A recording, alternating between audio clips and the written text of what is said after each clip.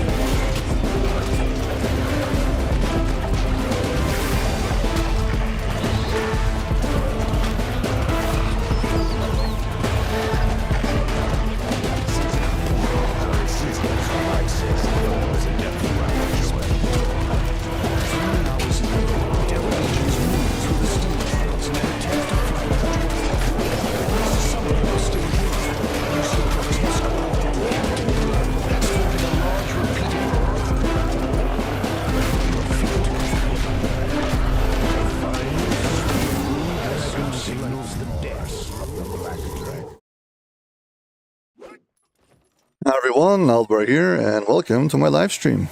Here you can ask your DDO questions, ask for DDO demonstrations, and ask for DDO advice. So please be my guest on my show, Ask Aldbar DDO Live. Enjoy!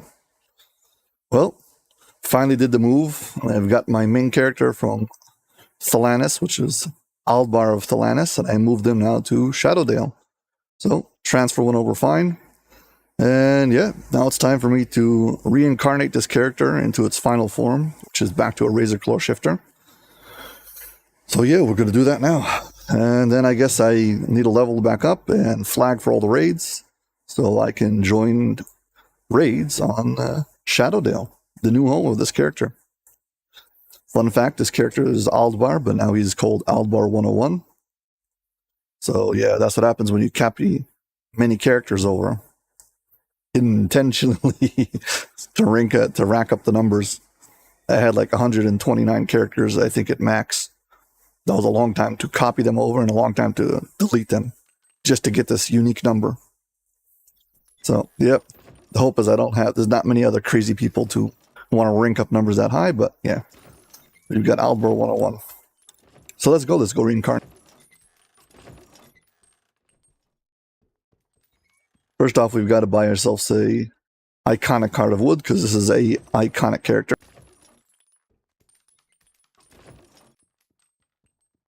So you get these things from quests called Commendations of Heroism. No, Commendations of Valor. And you need 4,200 of them. At the end of... you can also convert them into this thing called Heart Seeds. The Heart Seeds are bound to account, so you can pass them from character to character. But I already used up all my Heart Seeds on this character, on this server right now. So I've got plenty of... what's it called? Commendations. So we're just going to use commendations. Iconic True Heart of Wood. Need one of these.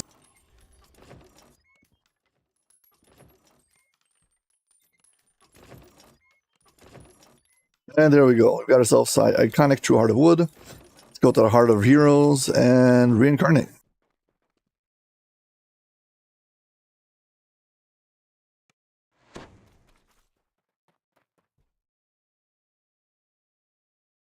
The character I was playing right now is a monk. And I wanted to get one past life of monk, because that would allow me to get access to a specific feat that's good with hand wraps. Gives you another half a hit die on your hand wraps, which is important when you're going for a damage per second character. So yeah, the build is kind of similar in almost all regards to the Razor Claw Shifter, because it is, after all, a strength-based and... well, not strength-based, it's a hand wraps-based build. However, this one was wisdom instead of strength, and it can't use regular armor. So a few things I had to change, but other than that, most of the gear was the same.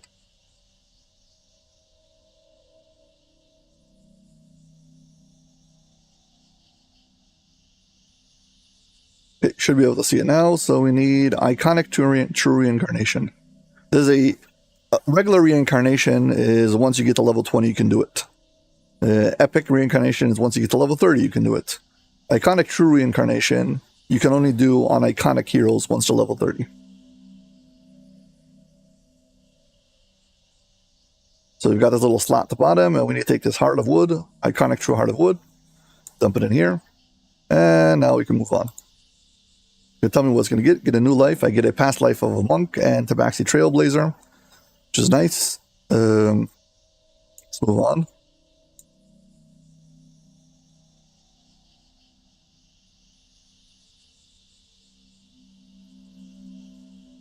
Type in my name, Aldbar 101, confirm. And now I am set to reincarnate.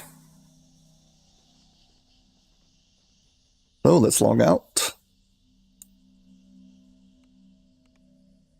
Every time you reincarnate a character who's got a lot of past lives or a lot of gear or a whole bunch of other things, it's important to wait a little bit for the game to log all of your data. Because if you go too fast, what can happen is while it's working in the background, you're already like moving on, and it can take time for it to catch up. So I can meanwhile move some stuff. So I'll empty out some of these extra characters I've got and delete some. Yeah, so let's do that. Let's see what other characters I've got that I'm gonna carry here. Start emptying out some of these alt accounts. So I had a character on every server called Aldbar, and I've moved them all to ShadowDale. Some of them had some time invested in them. I think this one was from Sarlona. I made this character to play with Voodoo back in the day. Yeah, and I didn't move all the stuff. So it's got a whole bunch of stuff in its bank. Move it out, because I don't need this character anymore. I'm going to delete him. But all the stuff that I have accumulated on the character, I'd like to move into my shared bank. So yeah, anything I can move, I'm going to move.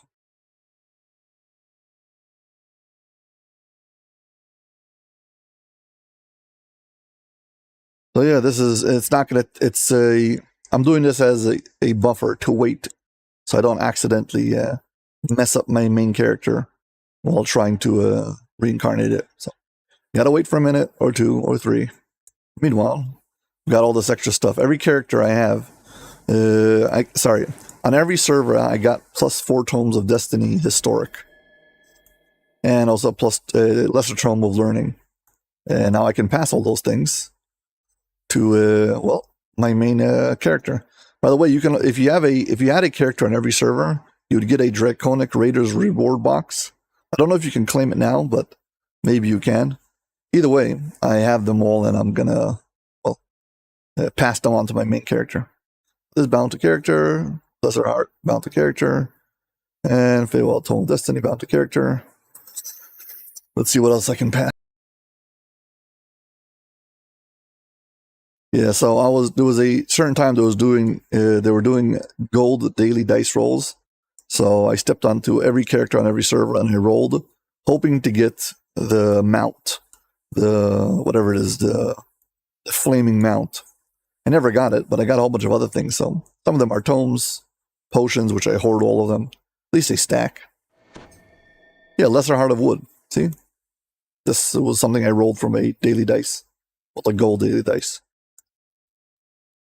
I can't wait until I get my main character's bank to be passed over here.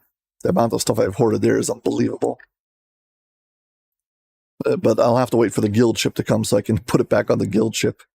Because most of the unbound potions and stuff, I always dump them on the ship, the guild ship.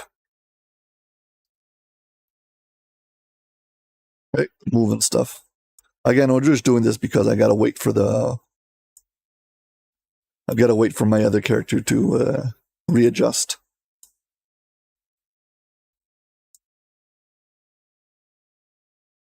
I actually found a piece of loot that's good. I did some questing on this character. So, I'd actually found a few pieces of good loot. So, might as well pass it before we delete them.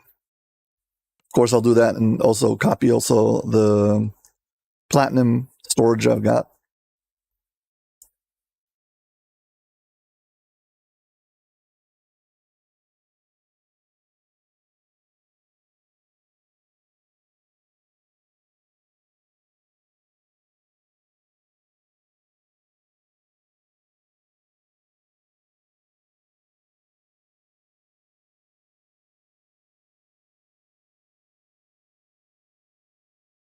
Got to empty out our ingredients bags.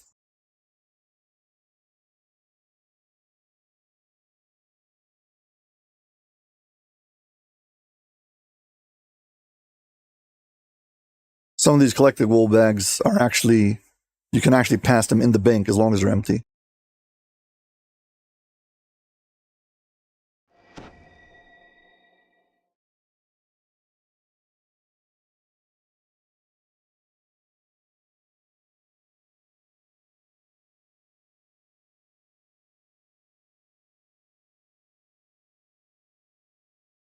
Yeah, the bags of 12 and the bags of 30, I don't need. They're just going to take up bank space. They're cheap enough to buy again, but whatever. You can just throw them out later.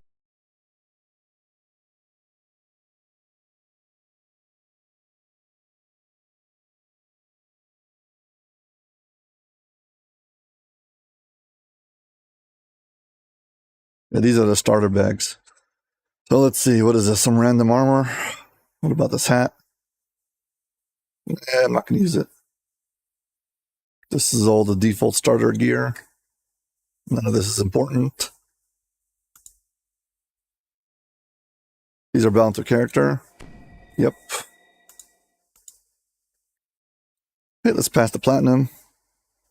Deposit. We got 88,207.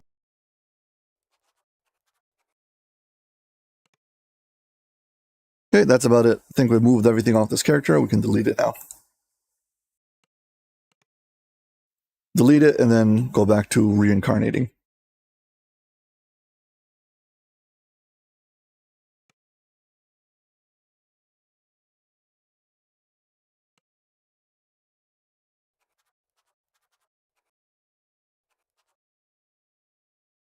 Oh, there we go.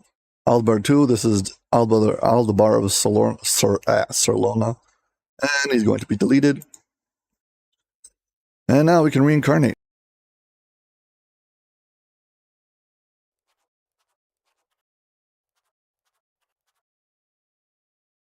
Aldbar 101. Confirm. Okay, so we are incarnating as an iconic Razor Claw Shifter. So Razor Claw Shifter, Barbarian, good. I think I'll max out Strength. We need for two-handed fighting, I've got a +8 tome, so it does stack up. So I think 12 is enough. Yeah, I need to get up to 17. So yeah, that's fine. 16. Let's see. I'm debating if I should move some points out of Constitution. Do I need that much? I know a lot of people use Constitution as a dump stat. I guess I can drop Dex even more.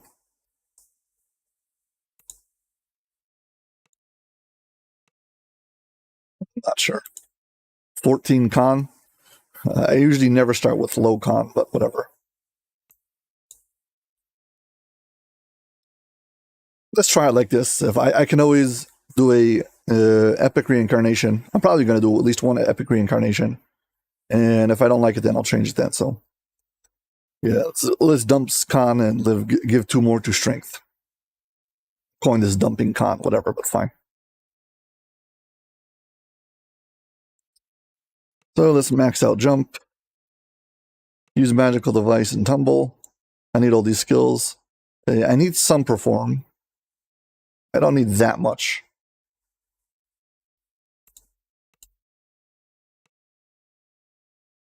Truth is, what do I need so much skills for? I can get extra swim or balance. Truth is, balance is important because this character is not immune to knockdown. I guess balance and heal.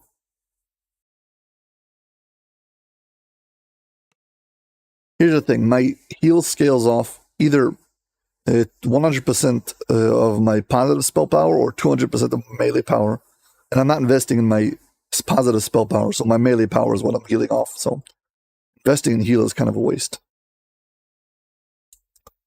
Yeah, balance and swim. But do I really need all these points? Yeah, I want to max out my tumble and use magical device. I think I can go for less points in intelligence. Yeah, let's drop the points in intelligence.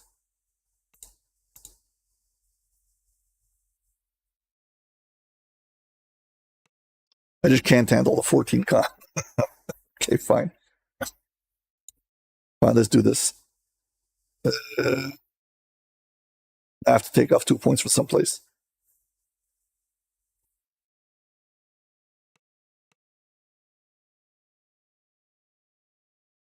There we go, close enough. Let's see. Only thing I can take now is power attack, I guess. Because my dexterity hasn't kicked in yet, so.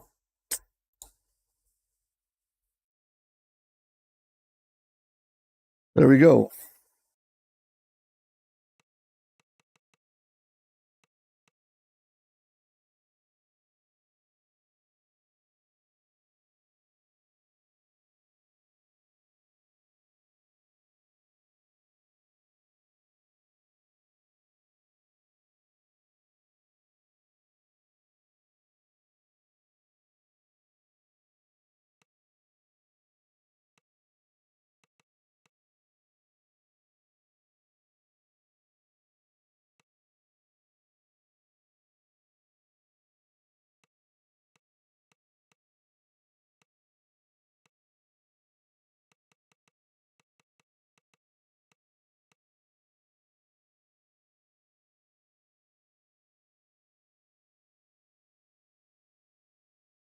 Just a second.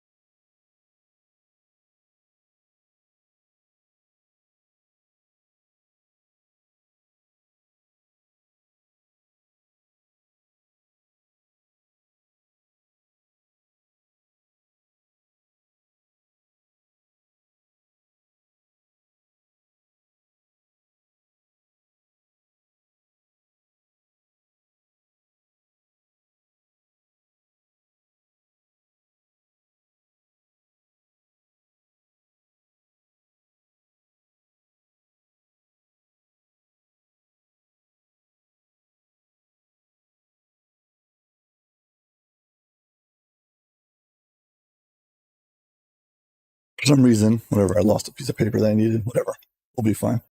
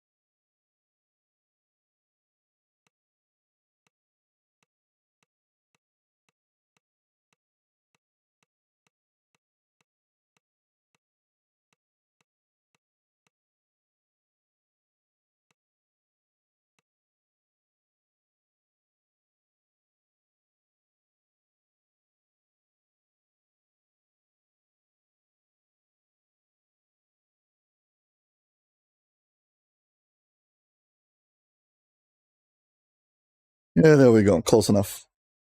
Chaotic natural. And yeah, create.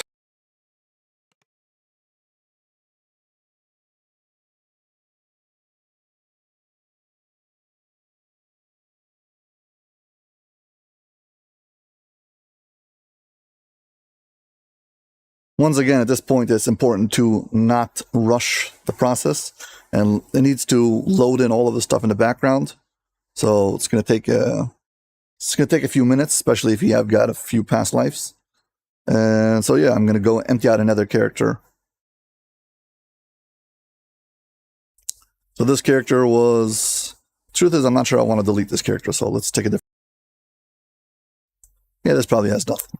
I'm not sure which server this was on, so we'll see about it. But it was one of the other servers, maybe Kenneth.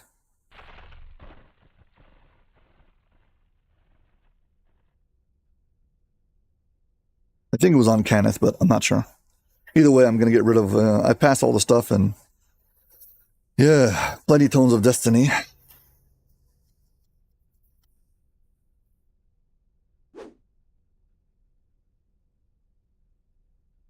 Character's got loads of collectibles on it also. Gotta move all of the stuff.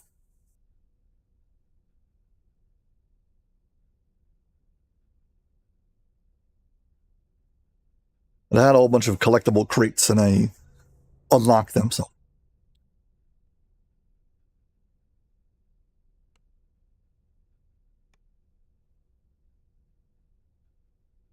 Much faster to just auto collect or refill the bag and then dump it into the shared bank.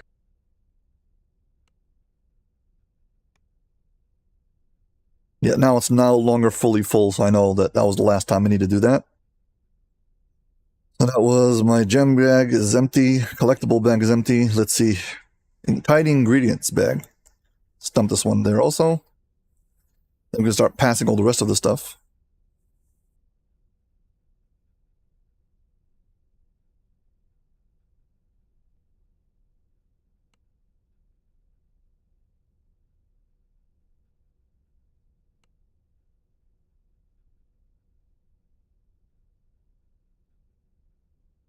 Okay, now back to the rest of the potions, and hopefully this stuff stacks.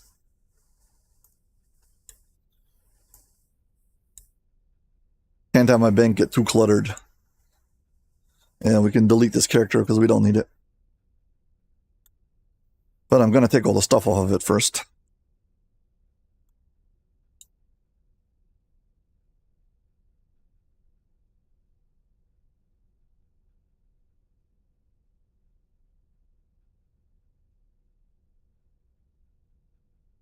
Once again, I'm doing this just right now as an operation to give the game a few minutes to readjust all of my items after doing the reincarnation, because my other character my main character over here, I guess. It's got a few past lives and a whole bunch of things in its bank, and if you do it too fast and you overload it, weird things happen. I know somebody who did a reincarnation right away, and it took a long time for all of his items to repopulate. He already submitted a ticket, and then like 10 minutes later it resolved itself before they ever saw his ticket. So one of those kind of things. So I'll just wait, be patient, get some other stuff done while you're doing it. Again, if you're doing a new character, like first life character, you don't have to worry about this. It works very fast, but if you have a character who's got a few past lives and a whole bunch of items and stuff, give it a moment. Start a breastplate. Okay, we don't need this. Now we can pass more stuff.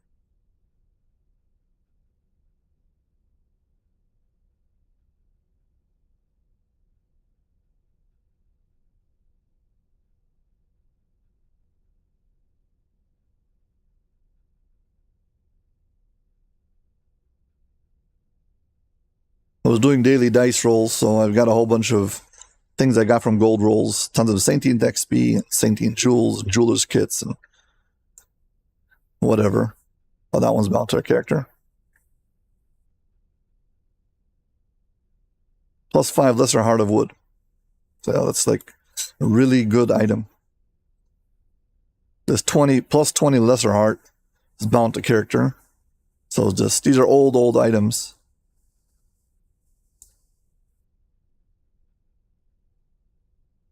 Here's a cool example. So this is from my Feywild. This is Universal, Salt Marsh, 20.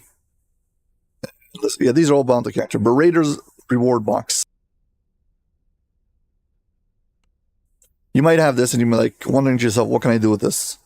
Like I want to delete this character and I've got all these items here. I can't really use any of the items. Okay. I mean, I'm going to delete this character. So all I want is something who's bound to account. So what I could do is, let's say if I wanted a cosmetic. So let's say I've been for years running after Celestia, Bright Star of the Day. I've never pulled this actually from the chest. So if I wanted to, I can make myself a cosmetic of this right now, pass the cosmetic, and I'll have, well, the cosmetic for it. So that's one option. The other option is you can change the commendations of heroism and turn them into what's it called? You can train them in the 12, trade them in the 12 for greater raid tokens, and those are bound to account, and you can pass them. But let's make a Celestia cosmetic. I've never done this, so let's get a Celestia cosmetic.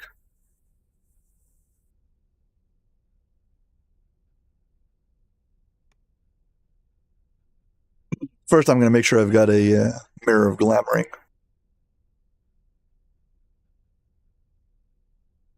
Yep, got a Mirror of Glamoring.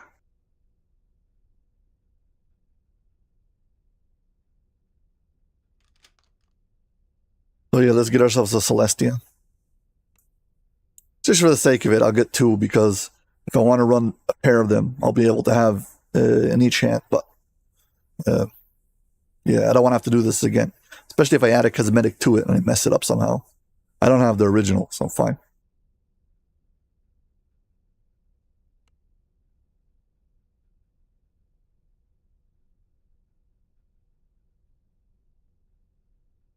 Yeah, if you didn't know, this particular item is it's basically a lightsaber because it only does light damage.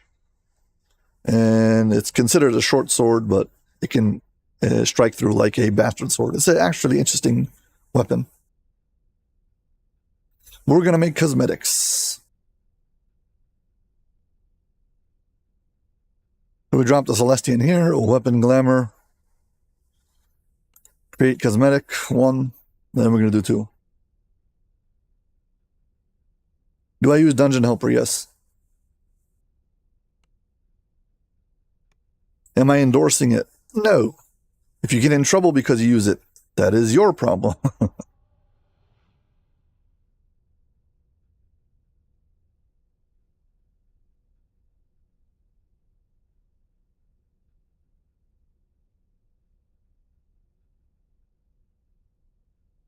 So yeah, I made these 2 cosmetics, and these are bound to account. Make sure I take the rest of the mirrors, pass them off.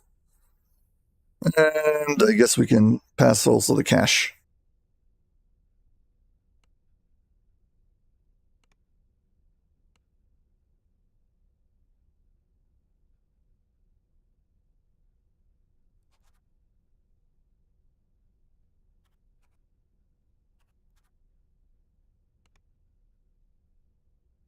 Yeah, that's it basically. I've passed everything that's any value to me.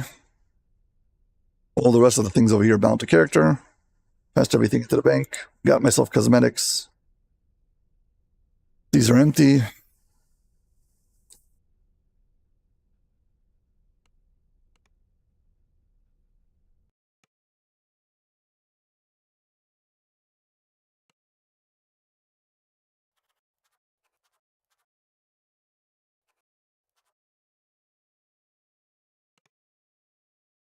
Okay, let's go back to our character we just reincarnated.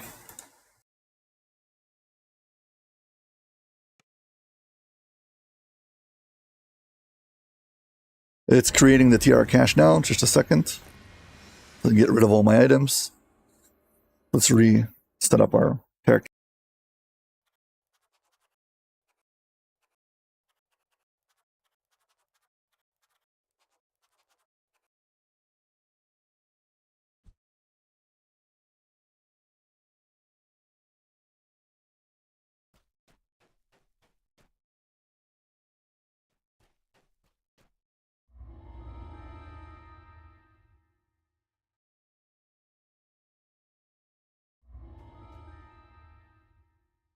Hey, I refuse the training and get out of here. Just go to the marketplace and train over there.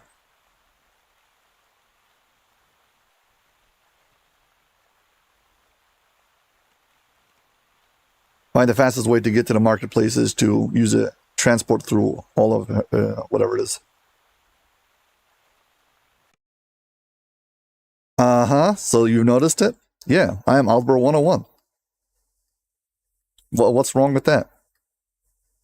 Is it?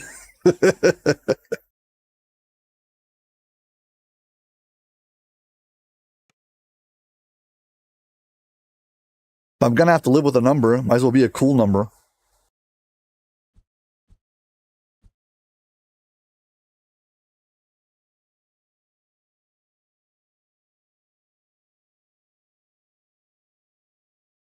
Where's that chunky boy? I need the green dragon. This character is green.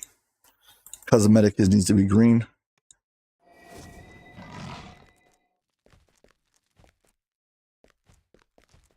Let's level up and then we'll go get our cosmetics and stuff.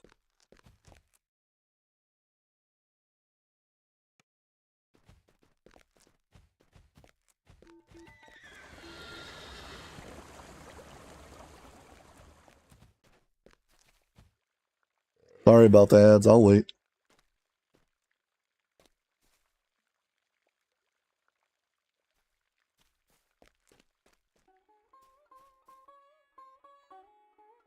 Okay, so I'm leveling up, so now I'm going to take one level. Let's put it around here. Advanced next level is a bard. One level is a bard. Yes, I want to train with you. Standard bard. This is where I get to max out my use magical device.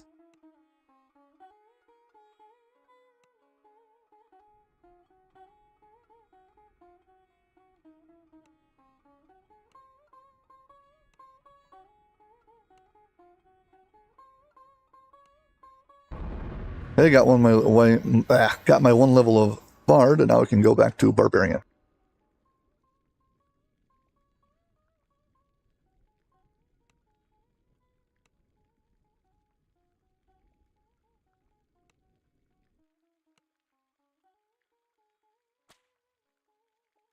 Hey, now we need to start taking the two-handed fighting. So where's my two-weapon fighting? Two-handed fighting. Two-weapon fighting. Two-weapon fighting, I've got my dex 15. Fine. Two-weapon fighting, let's go next.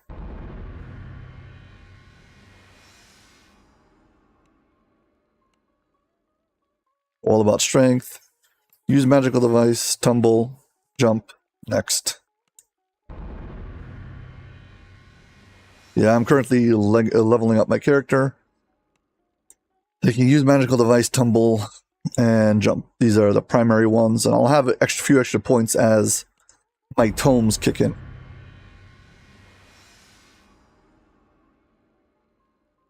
There's something called tomes you can buy that are permanent benefits you can add to your character, and the way that they add themselves on is as you increase in levels, higher and higher values stack on. So let's show, I'll show this example in a second. Drop here and here.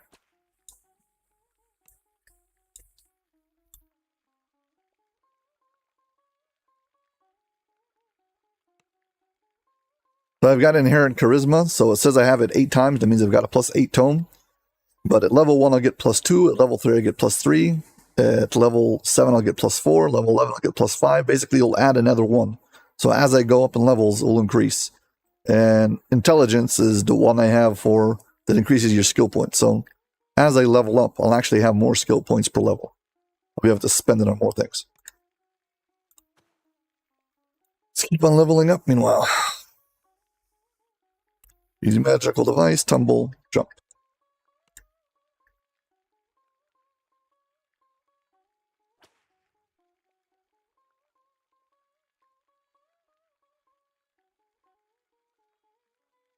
Yeah, so I did this. I got a past life, okay, of monk, and now I can pick this specific, a unique feat called Disciple of the Fist. Disciple of the Fist is basically you must have at least one past life of monk to be able to use this, and it'll give me another half a weapon die on my hand wraps. So this is the important thing. So now we can take it.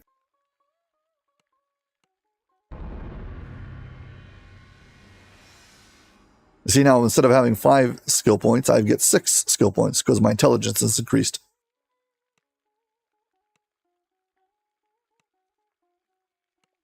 Something strange has been sighted off the coast of Stormreach, the mysterious Isle of Dread.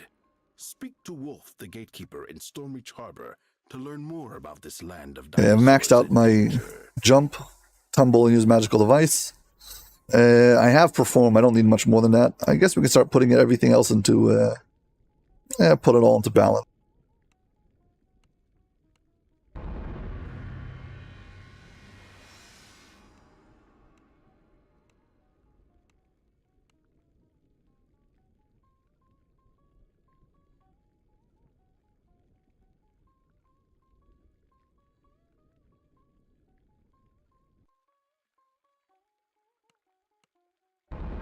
Improved critical bludgeoning means that I'll have increased ranged on my bludgeoning weapons, and hand wraps are bludgeoning weapons. So I'll have a higher chance of hitting what's called a critical hit.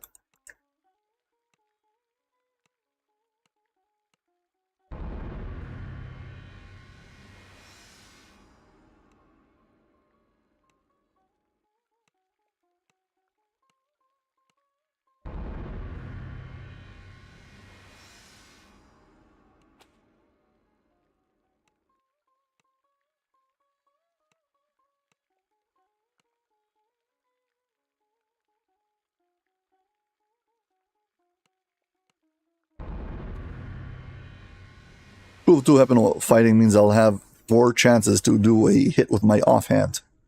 Basically, every time I attack, I'm attacking as if I'm attacking just with my main hand. And then I have like a certain percentage amount of time to hit with my offhand also. And if I get it up to 100, I'll basically be double attacking every time. So we need to take these extra feats to increase that. Stormreach Market. A pensive form scans the thronging crowd. She is searching for heroes. Heroes able and willing to face an unknown foe in the ancient ruins of Giant Hold. Yeah, now I've got extra points. And increase my balance even more.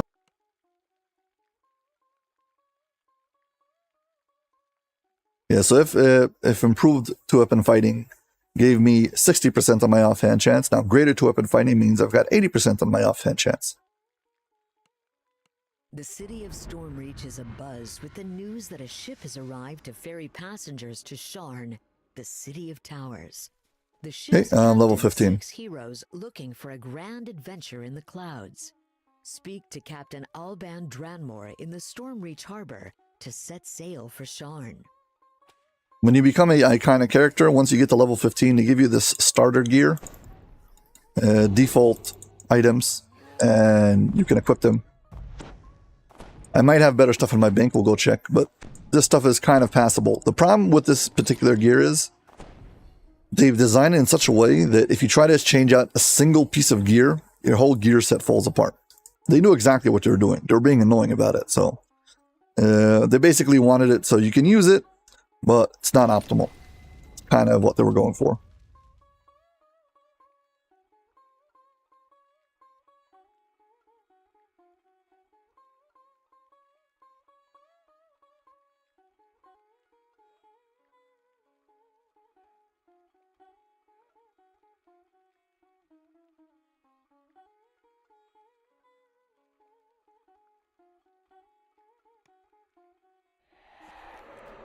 Okay, character set up. And now we go to the bank. And start taking all of our items out. Get this character ready to go. Oh, I've got enhancements and feats to set up also.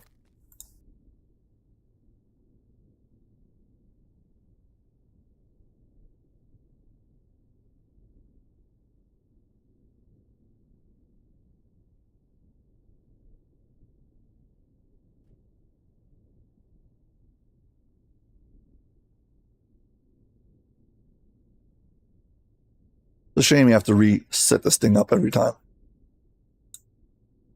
Too bad. And final one is going to be social panel.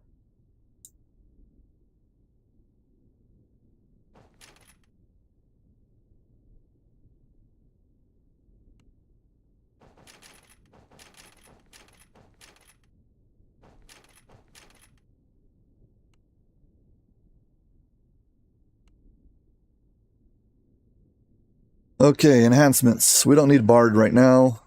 Friends of Berserker is our main tree. Cult Slayer we don't use.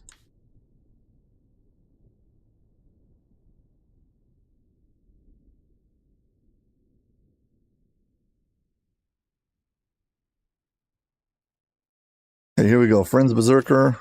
We need cracking attack. Extra strength on rage. We need this. This. We'll need blood tribute. Here's a cool trick. This attack, Supreme Cleave, has 3 levels to it. Okay. Now, if you put one of them, if you click one like this and you accept it, so now what happens is it will show up inside of your enhancement tree, inside of your enhancements. So I've got Supreme Cleave. Now, this Supreme Cleave is the tier 1 version. If I now spend more points in this tree, and I accept, I now have, this is the tier 3 version.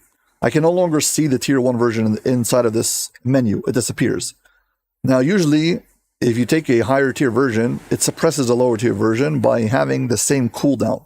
But if you use one of them, it puts both of them on cooldown. So there's no point in taking 2 versions. However, the Supreme Cleave over here, tier 1 and tier 3, don't share cooldowns. So if I attack using one of them, the other one doesn't go on cooldown. So even though Supreme Cleave tier 1 is like 9 seconds and it's not that great, since it doesn't share cooldown with the other one, you can use both, which is pretty cool. And it's not working as intended, and you can use it while it lasts. You're welcome.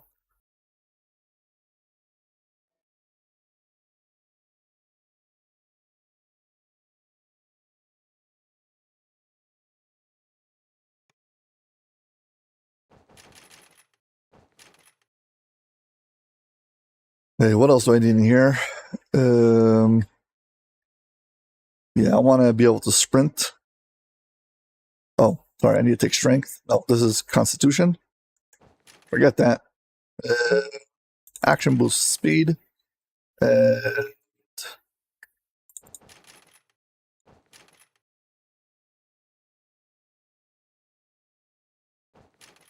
Sorry, I need to take the tier 3 of Crazy Strike.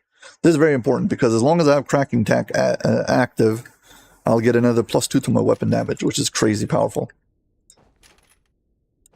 And I take the auto heal because I love it. Okay, now we're going to take all the stuff in this tree. I take, of course, Strength. And more of this. And another Strength. And we're going to take Claw and Bypass. This is one of the things over here. I really want to take the last point, but I can only do that once I'm level 16, so. Just increase the length of the shift. Take 1 tier of Pounce. So I get a long jump. This shift. So what else do I need? I've got 3 more points I need to spend before I can take the increased primal bonus to my attack. Let's see.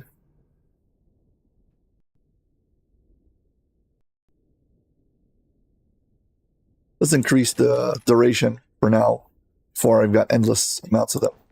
This and this. How much points do I have left? 12. Except, let's take the Vistani speed attack.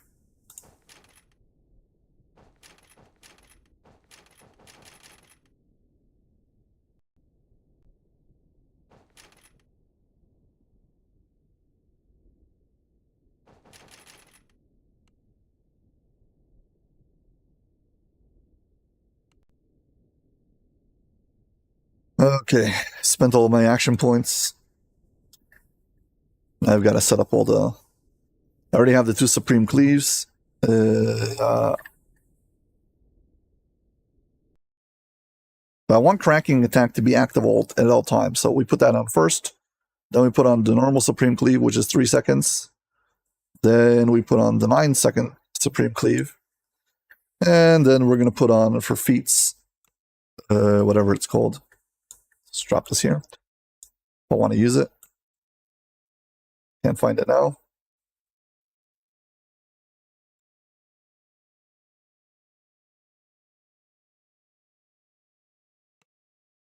Come on, where is it?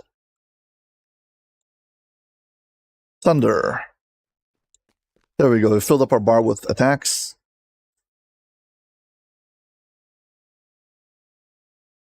Yeah, I think we're good. Okay, enhancements, Cracking Strike, Blood Tribute. This is my heal, Frenzy. Turn it on. Third power attack on.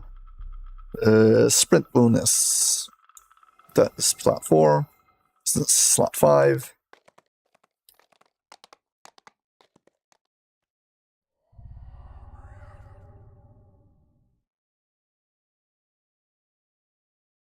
Magic Fang, Pounce. There we're there. Good to go. And now for the well, the part where you have to go and empty out some of the stuff from your bank. Luckily, I know what I'm looking for, because I made a perfect level 20 gear set and a level 30 gear set, so I can just take that stuff out, and everything else can just wait inside of the shared, well, inside of the TR cache.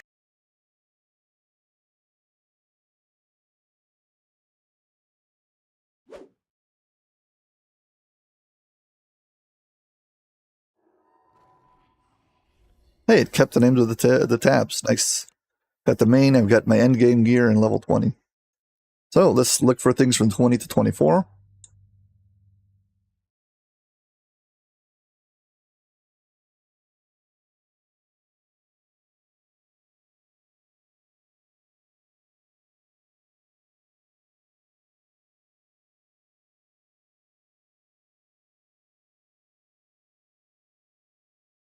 Yeah, this is all my epic gear.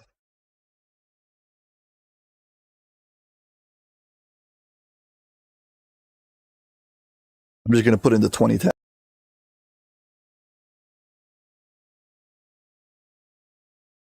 Yeah, I have also this these 2 items. Let's say Pendant of the Red Abishai. This was for my monk version of the character, and this clothing was also for my monk version of the character.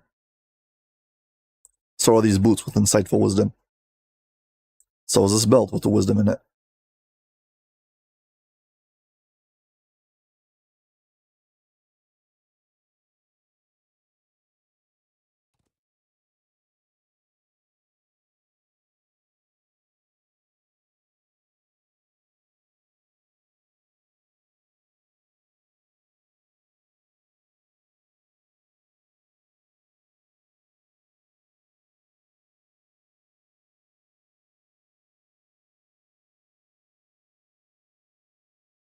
The only item I'm going to leave right now is, where is it? The hand wraps. These hand wraps are also my sentient weapon, so I'm going to leave him in my main character, so I can. But if at any point I want to feed it items, I can do it. But other than that, I'll drop everything into. Yeah, just dump everything in here.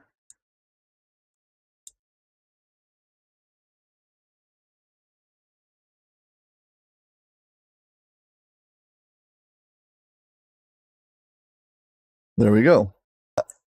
Now we're going to do level 29 to 34.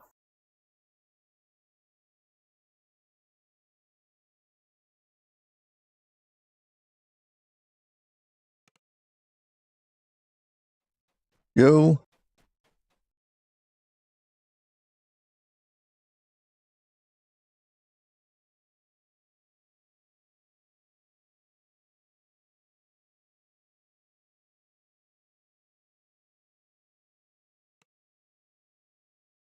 Probably start from the bottom, because if you do it from the top, every time the whole line moves, you double click on the wrong thing by accident. So starting from the bottom is safer.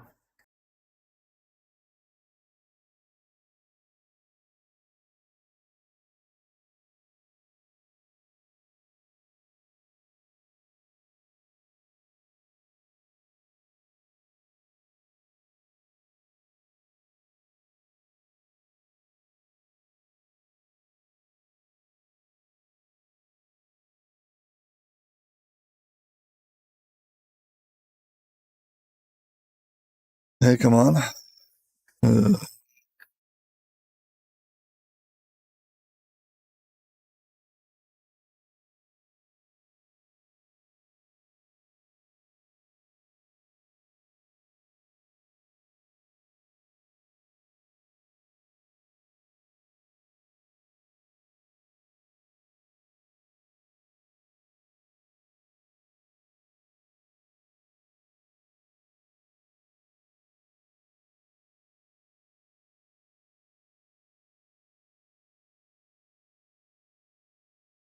What else do I need?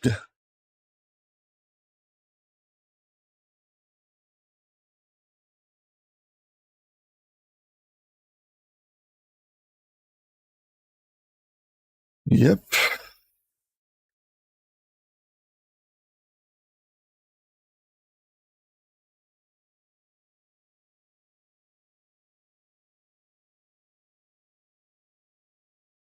Hopefully, once I got all this set up, I don't have to break stride, so to speak. Once I'm playing, I can just run, change everything out of the bank immediately, and just move on.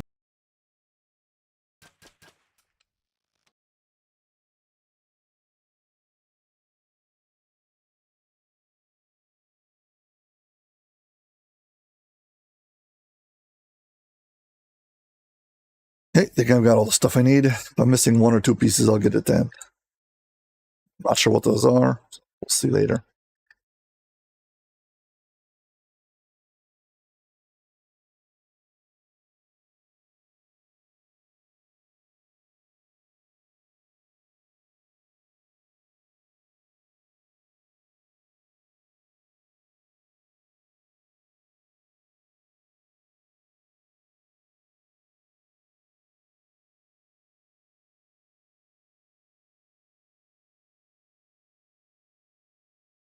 Okay, now finally from level 15 to 20.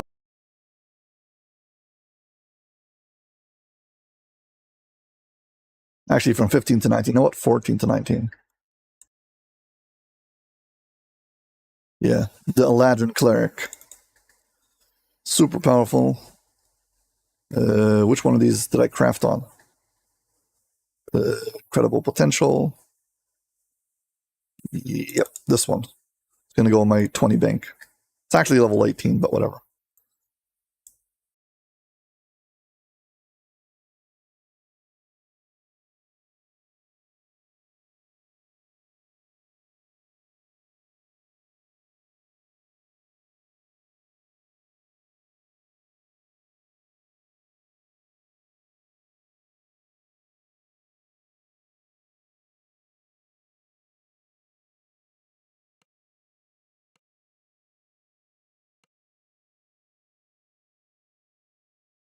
And now for the bags.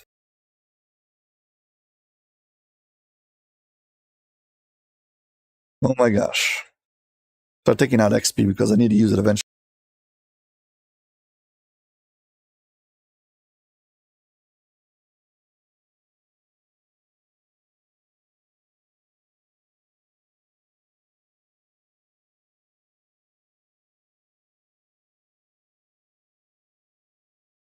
Use my cosmetics. Get back into shape.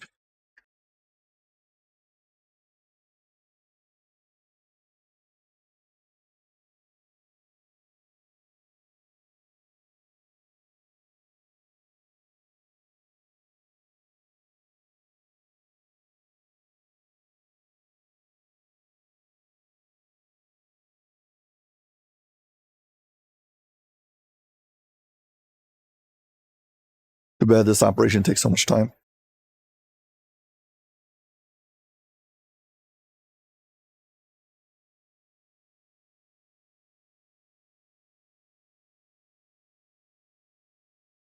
Thankfully, when you do an epic reincarnation, you don't have to go through all of this.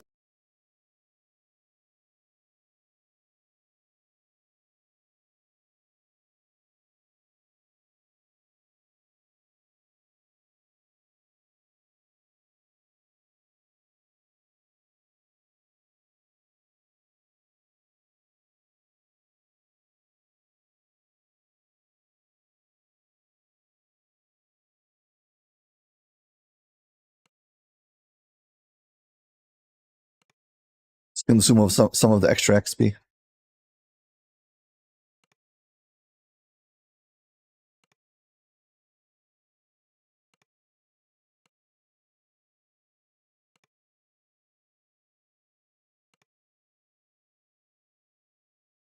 I like moving all of my bags into the back pocket, so to speak, of my inventory.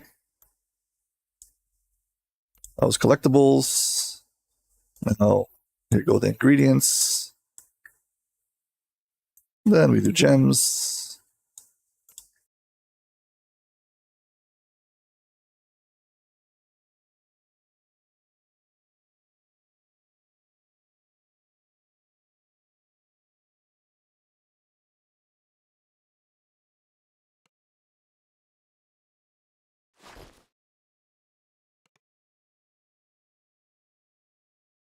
Got my cosmetics on now.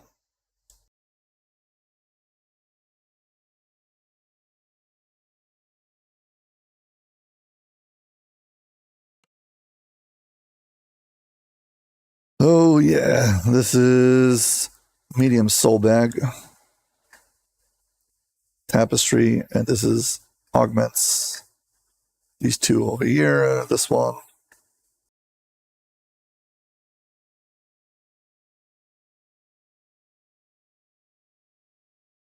There's my Harper pen.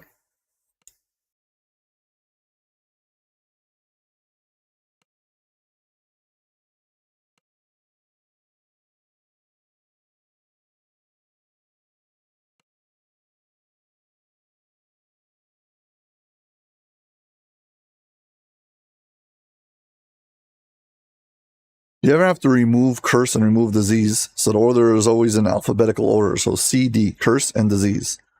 That's how you remember it. So kind of if you got mummy rot, you need to do remove curse and remove disease. So it's in alphabetical order. C, D. Remove curse, remove disease. Well, I put them on two places on my hotbars, 4 and 5, so I can do it mid-combat. But I also put it on my buff bar. Okay, got my Harper point. Let's dump my two hirelings over here. We've got plenty of healing potions. I guess we move out.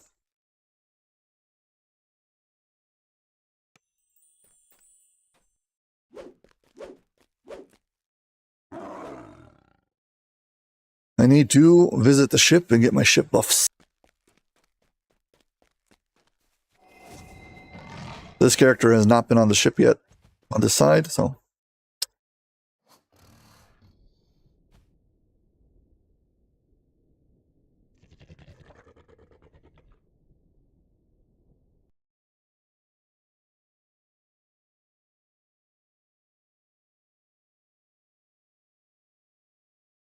See if there's anybody on my guild who can upgrade me to an officer. I'm not already an officer.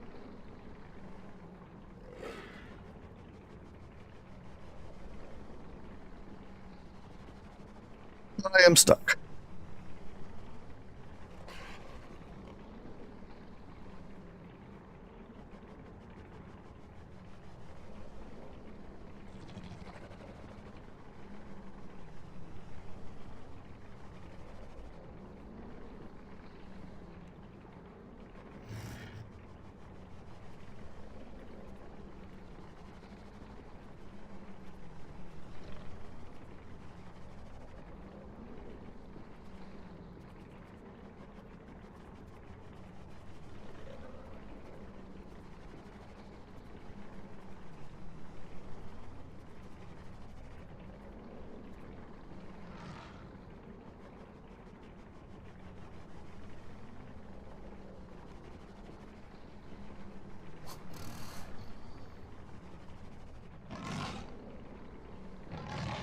I don't know why I'm stuck. I'm on the ship, but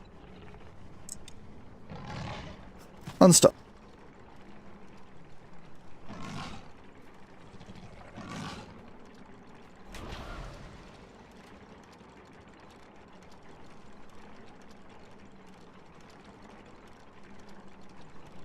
Any year now.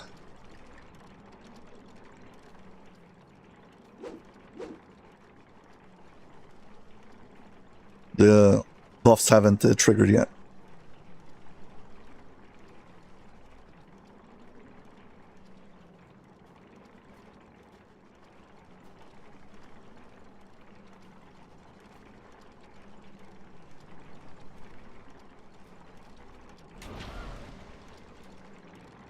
Yeah, while players are packing and unpacking their characters, well, mainly unpacking their characters, it kind of makes a lag spike. So, eventually this will end once they shut down. Well, against it, it's not going to end. You can always keep a character ready for unpacking. But it only works, it only happens with the big characters who've got a million items.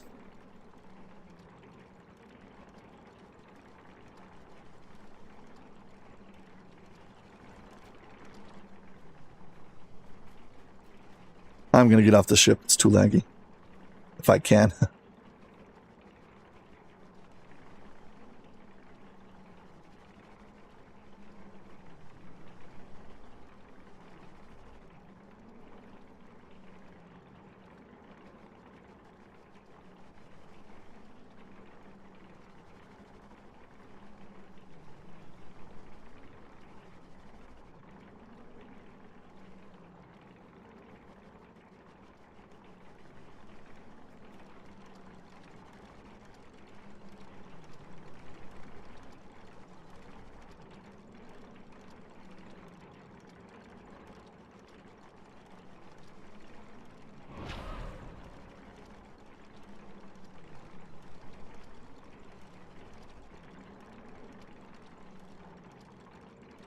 It's lagging like crazy.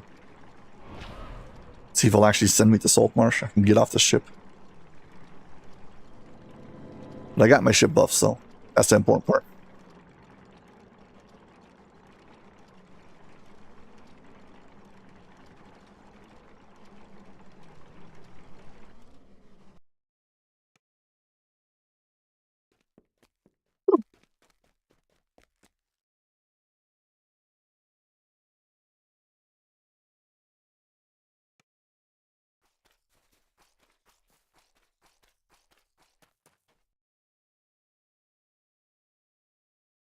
Okay, let's update the quests.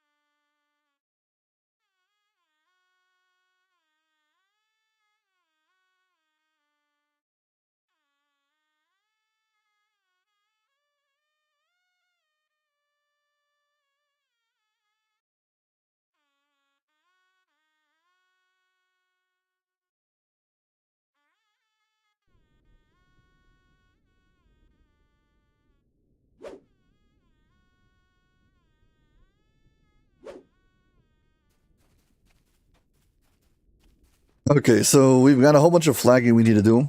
I'm going to start with the lowest quest first, so I still get some XP from it.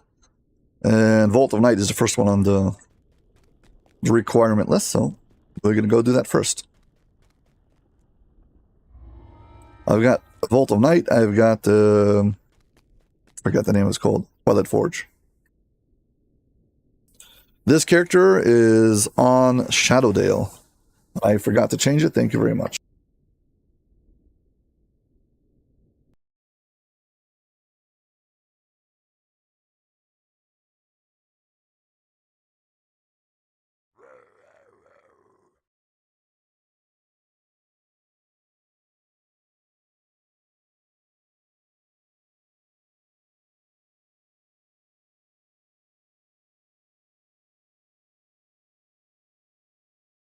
The hotbars are currently unused because I just logged in, but as I play more, they're going to fill up.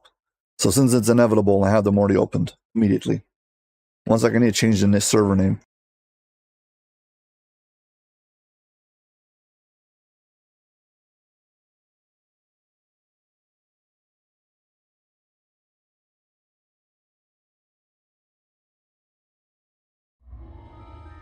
Thank you for pointing it out. I forgot that I was already on ShadowDale. Yeah, ShadowDale US. This looks like the underground highway to Tharask Arena. If you search for Dirge's contact, keep your guard up. The spectators may not be friendly.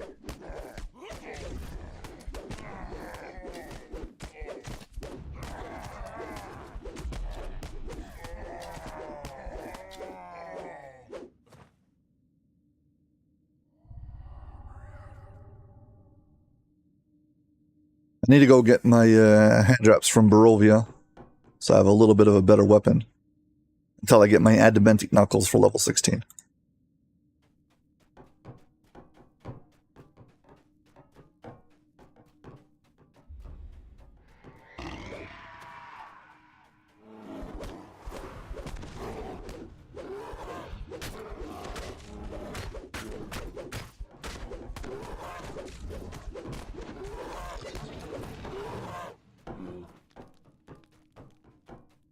Yeah, these weapons are terrible. These starter hand wraps are terrible.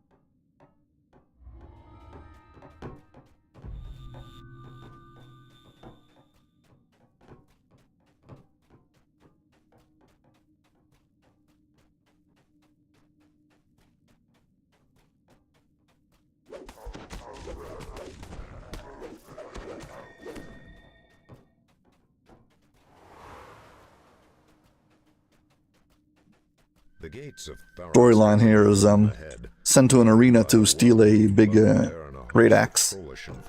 So I get myself placed in the arena and I fight. If I win, I can get the axe. So we're gonna take the place of the room with the trolls. We gotta break our way in.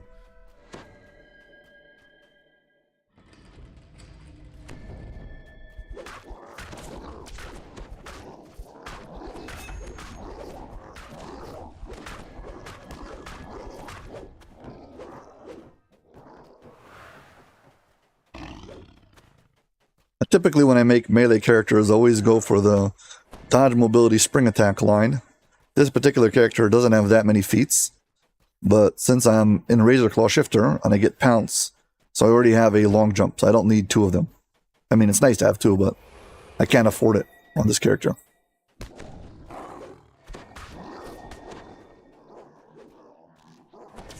We can upgrade the Pounce, but we don't really need to. Yeah, the key should be here, but first I need to kill everything.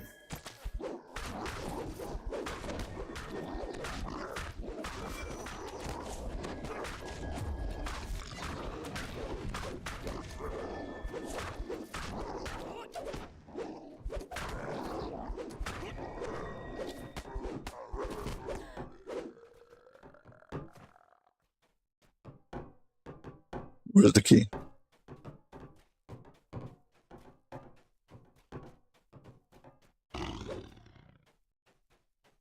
I suspect that I somehow missed a trigger line by jumping.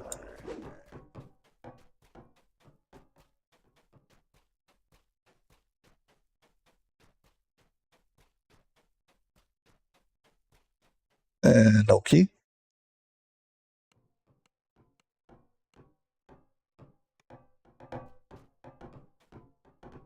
Am I missing something here?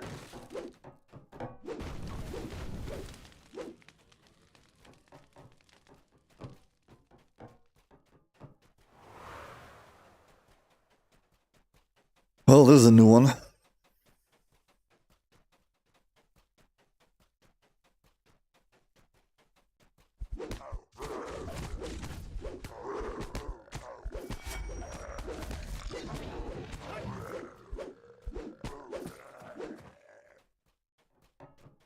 It doesn't spawn in now, but it's bugged, and I'm gonna go recall out and get my new hand traps because I might as well.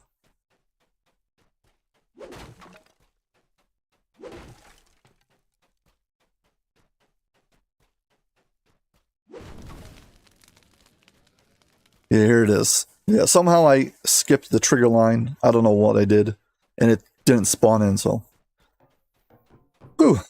It saved you some time.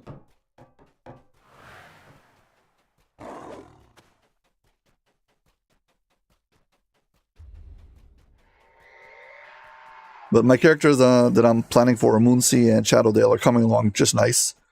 I've got, like, I think 2 items left. 2 single items left. And a few augments I need to farm out. I think I have already all the filigrees. I have most of the augments. I have like 20 plus augments. Yeah, so I'm basically almost done. I just felt like I've been the last 3 streams, it was me working on the same project. I was like, you know what?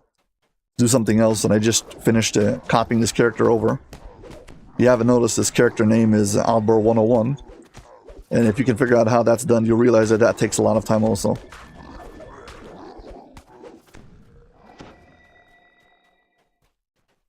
You notice words etched above this gate.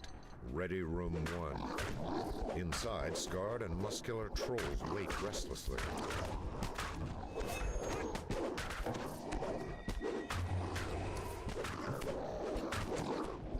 Gate Master quotes shrieks.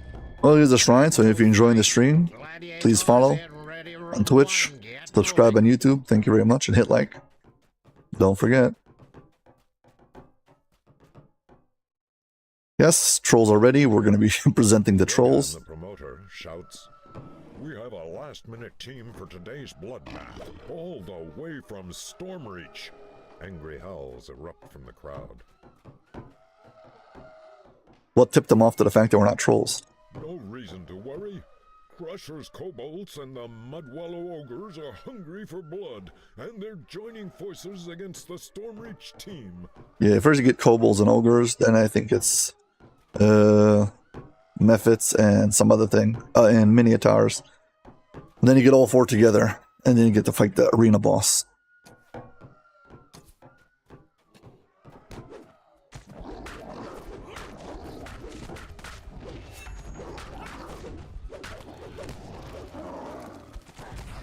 I just remember that I don't have what's it called? Death ward. Sorry, death block on. No, I don't have death ward. So negative levels is an issue. Until I get to higher levels. The promoter bellows, "What a terrible upset! The mystery team is tougher than it looks." Yeah, so this is all pretty run-of-the-mill. Their luck has run out. The horns of fury. Round 2 is going to be have slain hundreds of their minotaurs and air mephits, I guess. we've ever seen. Let the slaughter begin.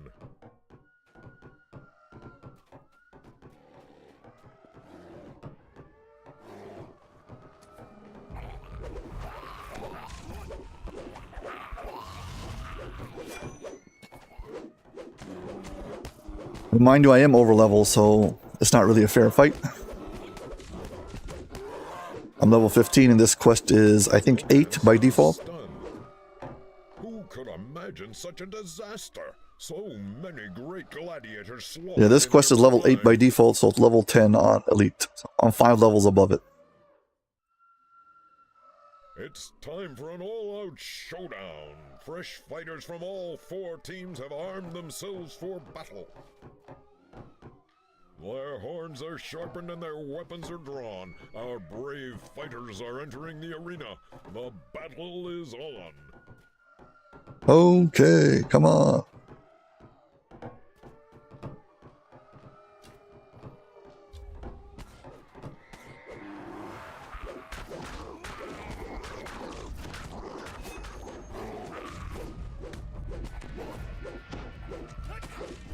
These kobolds are making these orbs, these with this color. Gotta get rid of it. So you can't see what you're doing.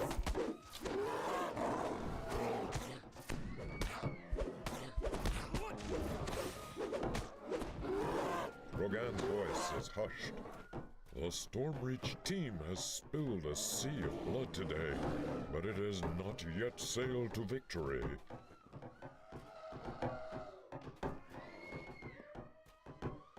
There remains one warrior with the strength and cruelty to avenge the fallen heroes of Tharashkarina.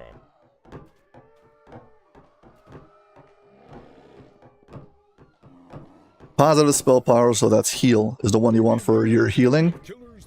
If you're trying to be a healer bard, it's very important. You want to have the highest possible number you can get, because the soothing heal, or whatever it's called, the tier 4, is the really powerful one that you can cast on people and it lasts like 15 minutes and it continuously heals them. Your enemies lie scattered and broken. I'll show you in a second. Now is your chance to seize the mighty axe.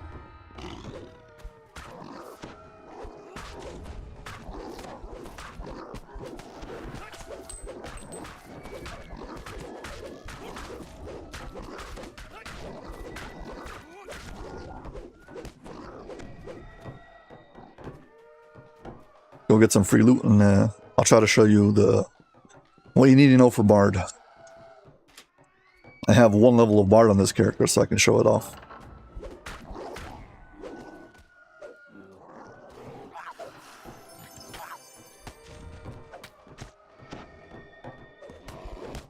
No problem. If you want, I can show you though.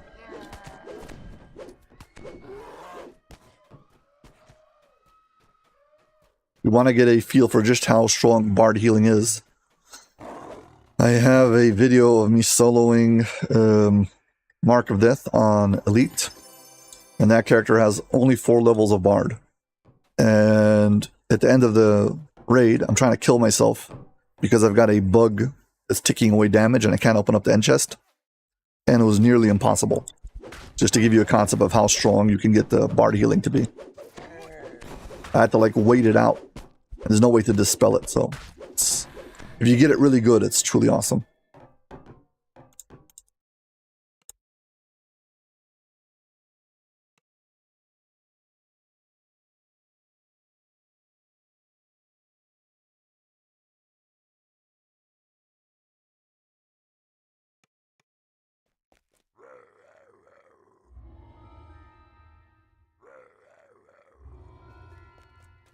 Okay, so let's show you the Bard abilities.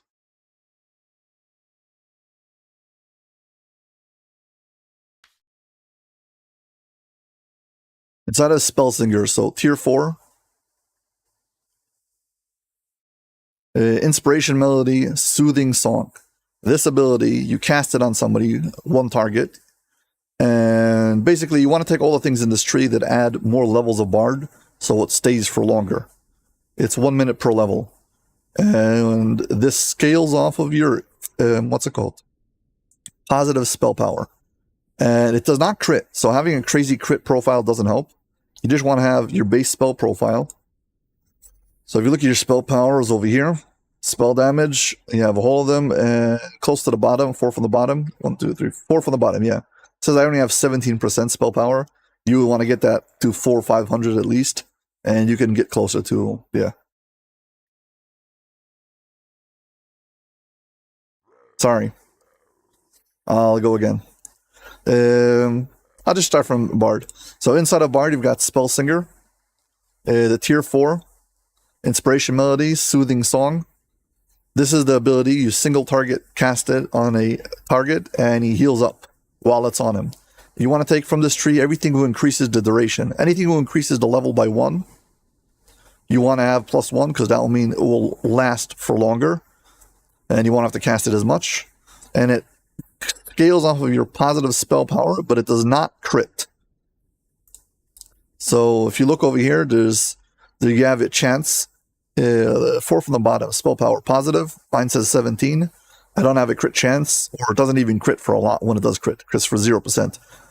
It does not make any difference how high the crit is because it does not crit. Okay, so you just want to have this number as high as possible at all times.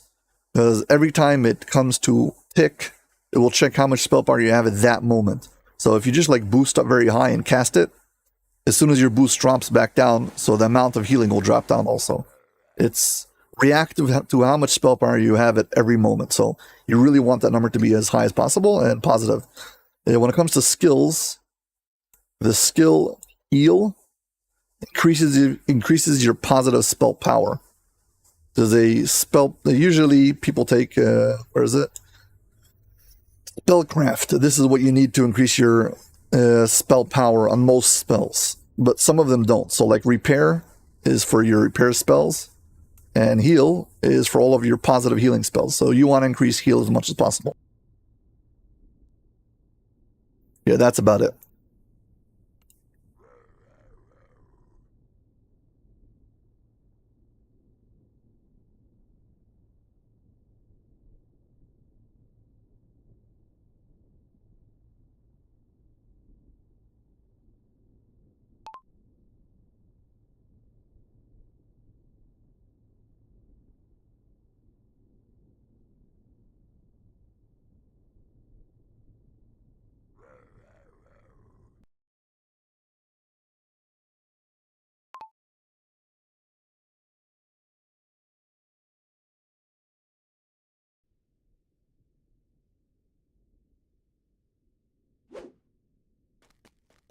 Gotta go to Barovia for a moment to pick up a pair of hand traps.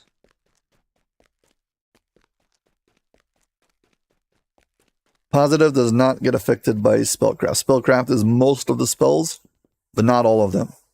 So positive is heal, repair is repair, sonic is perform. So there's a few spells that are not underneath spellcraft. So if you're doing lightning damage, so then yeah, you want spellcraft. But if you're doing sonic damage, you need perform. As a bard, perform. So basically, as a bard, you want to max out your perform and your heal if you're going to be a healing bard, and if you can do some sonic damage on the side.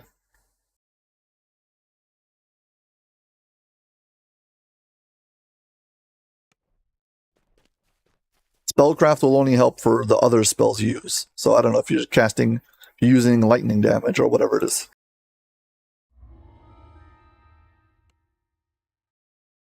We got to run this quest into the mist because we need to pick up the hand wraps from the end reward. Well, not really the end reward.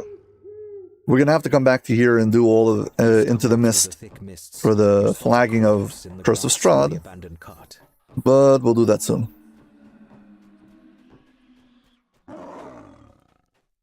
From down the road you hear the sounds of harsh growl. The soldier looks up at you, his face strangely pale. Halt! You hear howling in the distance. A raven cries somewhere overhead.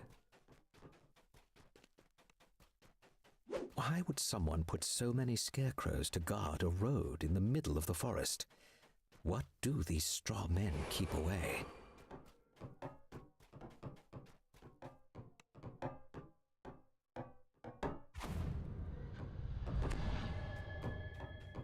You hear a branch snap behind you.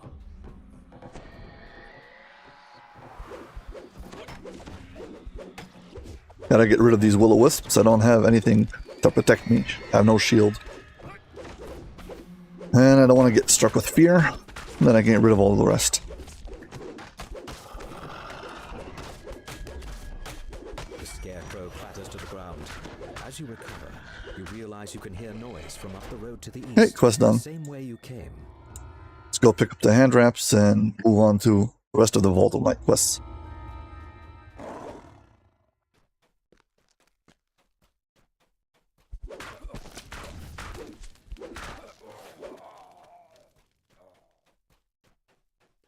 What is the first thing I remember? It is Papa. What's the first thing I remember? It must be Papa, calling out my name. Irina! He'd shout whenever I wandered too far away from his side. When I was little, I thought he was just being silly. Now I know what he felt. He was afraid.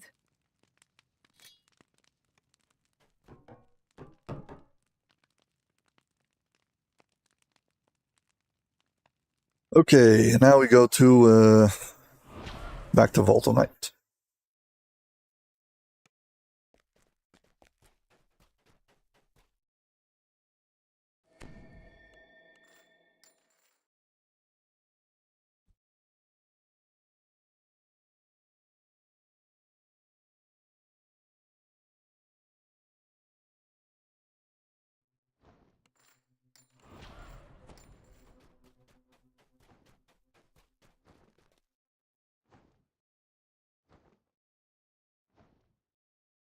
What is part 2 of Vault of Night? Maybe Mira's Sleepless Nights? I don't remember.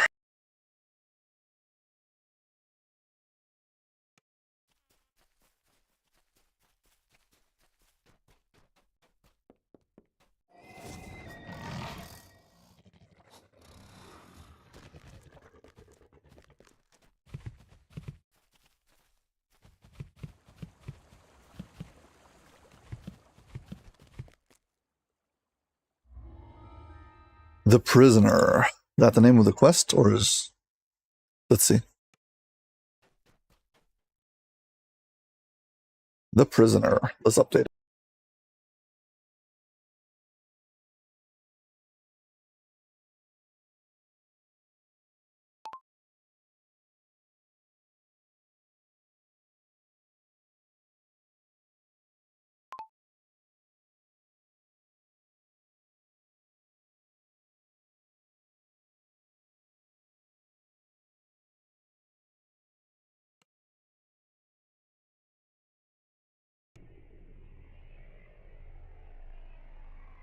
This quest has a whole bunch of skips you can do in it.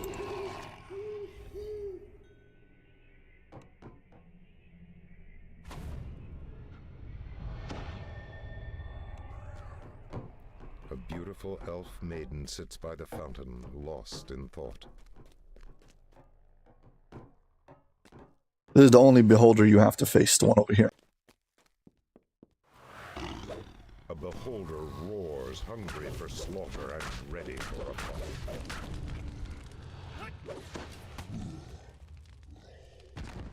You got 4 items you need to pick up in this quest, who are quest items. Basically, items that are going to help the elf maiden snap out of her dream or trance or whatever it is. Something like that. I never actually read the quest storyline. Forgive me. I just don't care that much.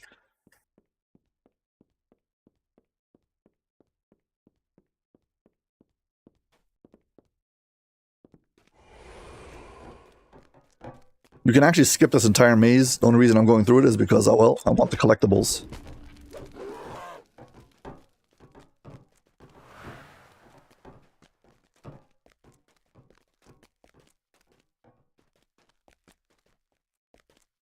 Some free loot, might as well.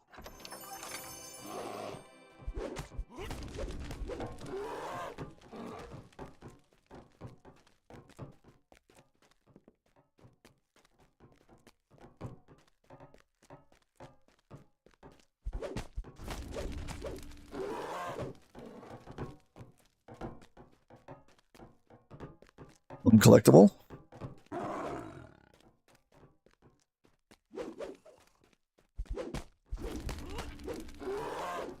Ready the second chest.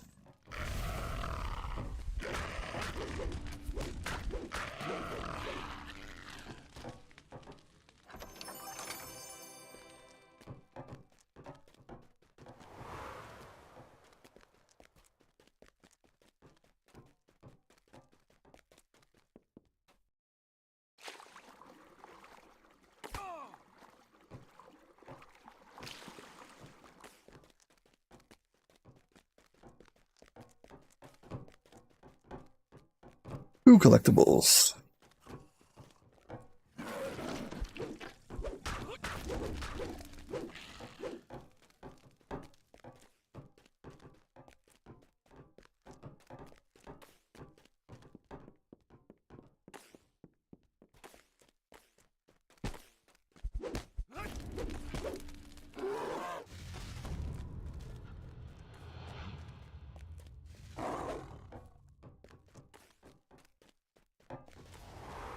Only 2 collectibles. Kind of disappointing.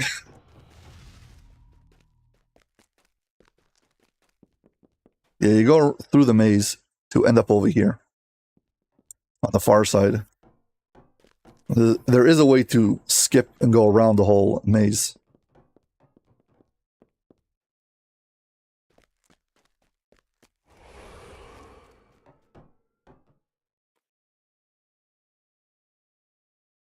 If you start from here, climb up. You're going to need at least 1 long jump, and preferably you want to have a speed boost.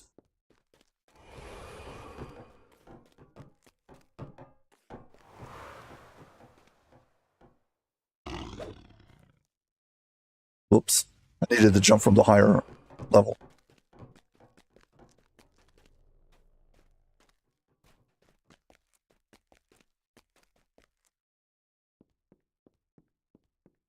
And you're going to have also a feather falling. Or doesn't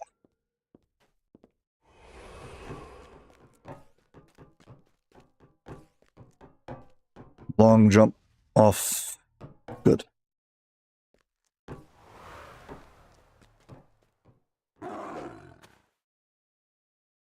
Nah.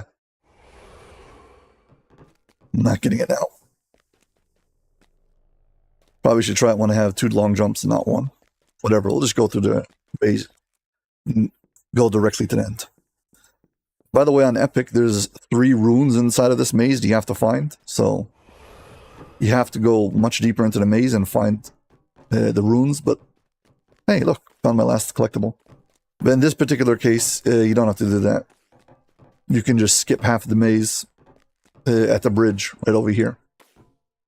Jump on the bridge and that's it. We've cut through half the maze.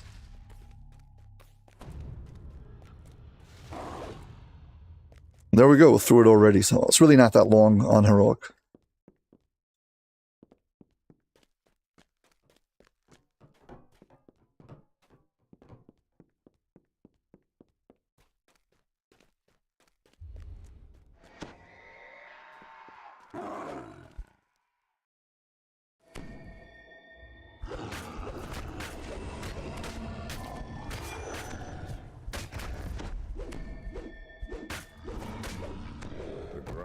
Shudders as the fearsome giant is laid low.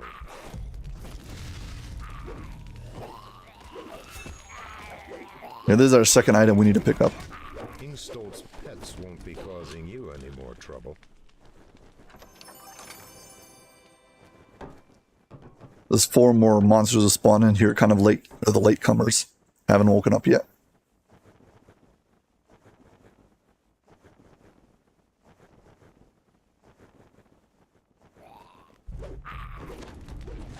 They've done us the favor of showing up. Now we can get rid of them and take their XP.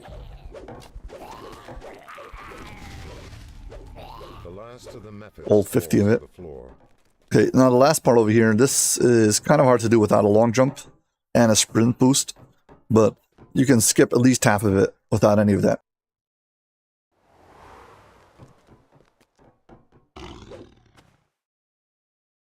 Yeah. So to jump to this part is pretty easy. And if you do, well, you skip the beholder at the entrance.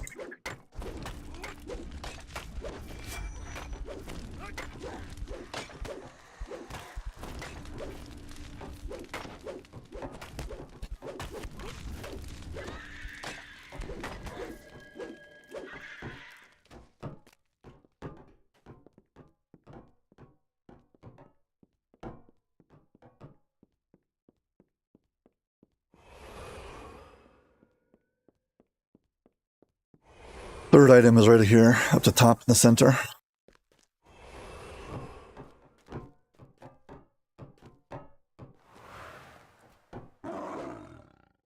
Now we're gonna run and jump back past the beholder fight.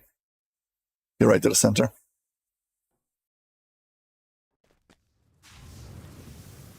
Forceful winds threaten to send you off into the ether.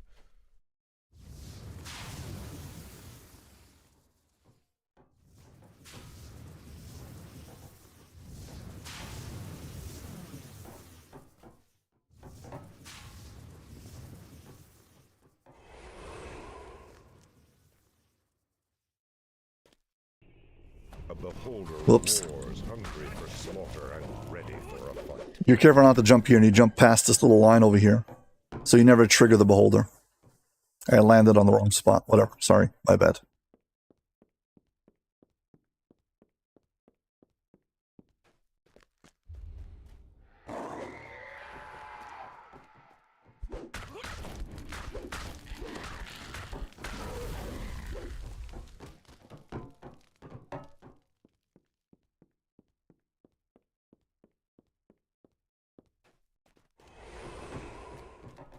The illusory ladder fades from view. Your hands grasp at nothing.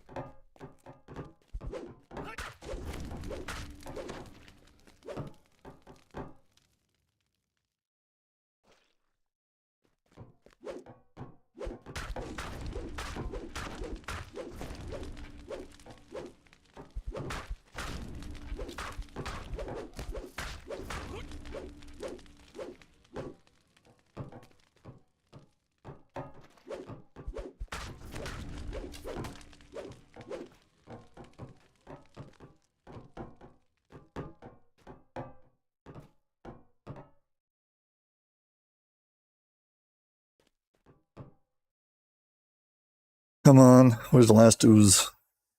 There it goes. The last of the arcane oozes dissolves into a bubbling mess.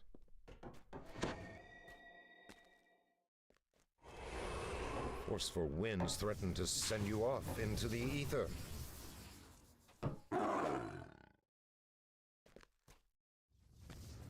And here's the final item we need. Finish this quest. And now we go turn him in and fight.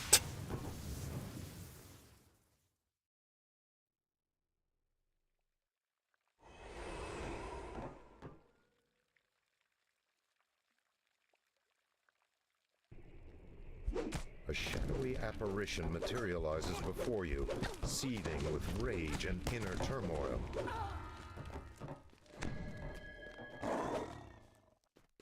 That is that. Done.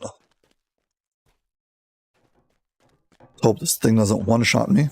I'll take one of the... at least avoid the other side.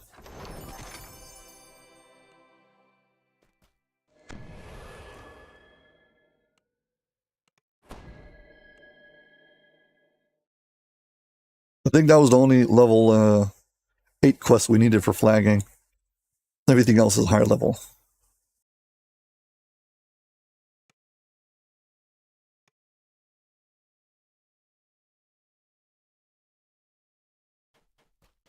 Next 2 quests are level 9.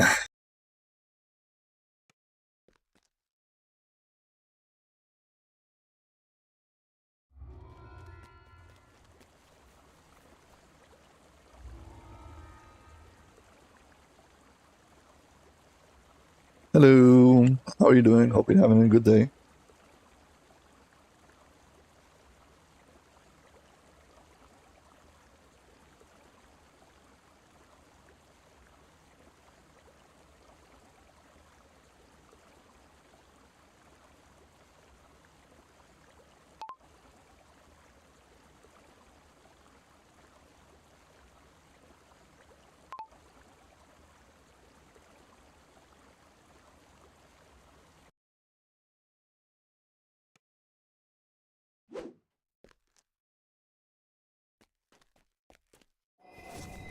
The stone bridge ahead has collapsed into a gulch.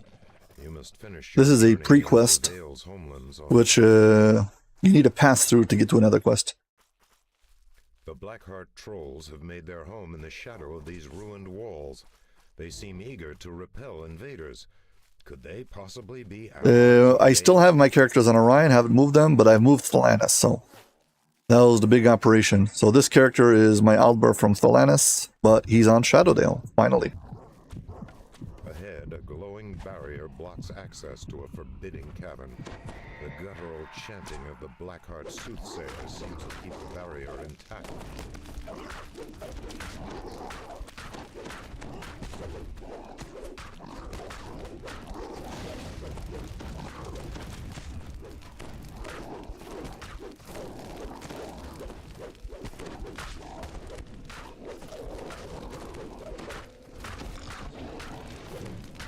Since the monster manual got reset, you get to do all new monster manual.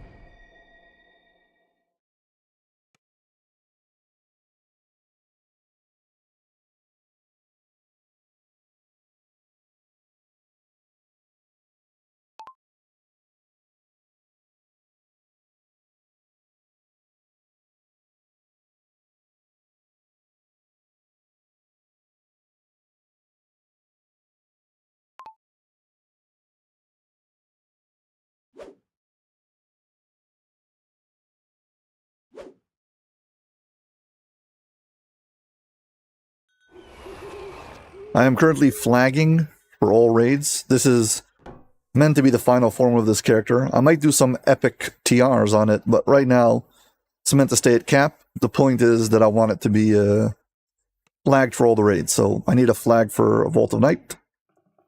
And I also need to level up the character, so I'm doing both. So XP and flagging, that's the answer. A majestic being of metal and magic glares at you from the cavern. I'm doing this first because I can still get some XP from it. And after that, I'll move on to other quests. I need to do Restless Isles, and I need to do Barovia, the Giant Hold.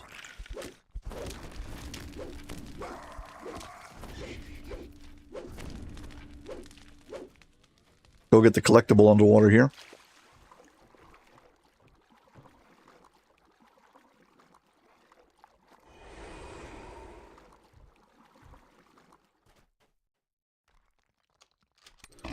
Drow ambushers in the next room howls a battle cry. The Il's tribe must be determined to fight you and the inevitable at once. I just hope I don't take too many negative levels. I don't feel like having to deal with that right now. I don't think I took myself any restoration pots. If I do get hit with negative levels, I'll be stuck with it.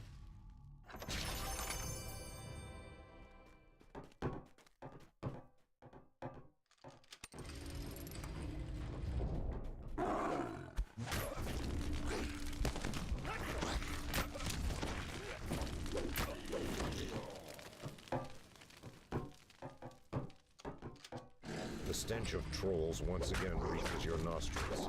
It is true. The trolls and drow are working together.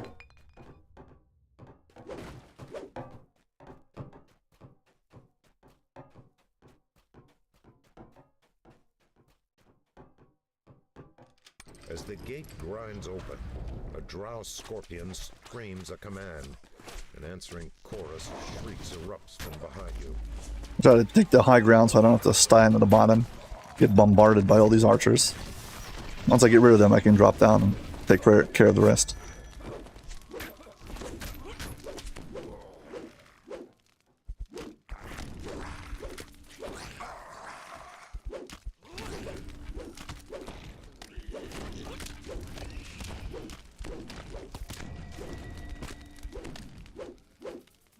Also, here's a restaurant, so just in case you haven't already, please follow on Twitch, subscribe on YouTube, and hit like if you don't mind. I'd appreciate it. Thank you. The inevitable's footsteps thunder across a stone bridge ahead. Several drow flee ahead of it in terror.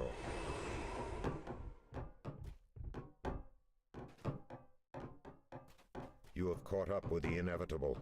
It stares coldly at you, perhaps calculating the threat. You can go up and visit him if you have a long jump. Well, I think you need 2 long jumps, but whatever, I've told it on the stream enough times already.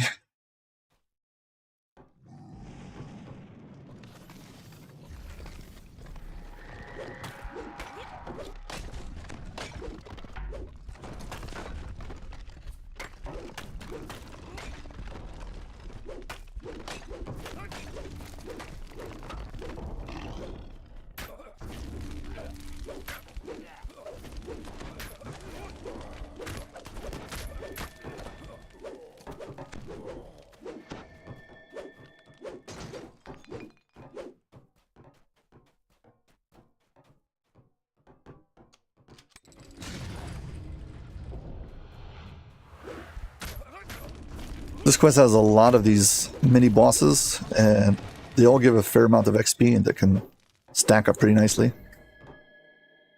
Here come scorpions.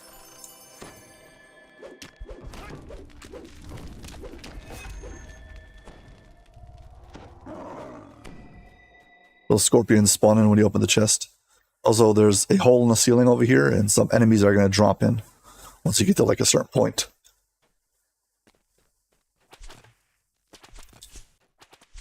There you go.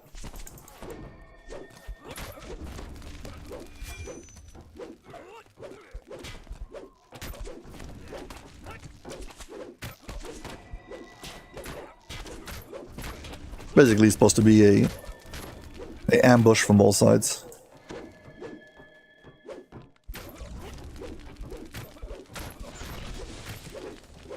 That sentence might not be grammatically correct, so please don't sue me.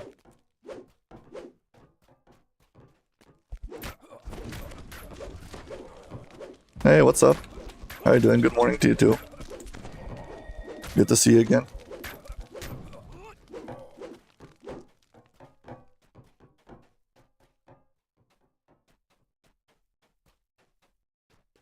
You stand amidst a scene of terrible slaughter. The inevitable has already passed this way.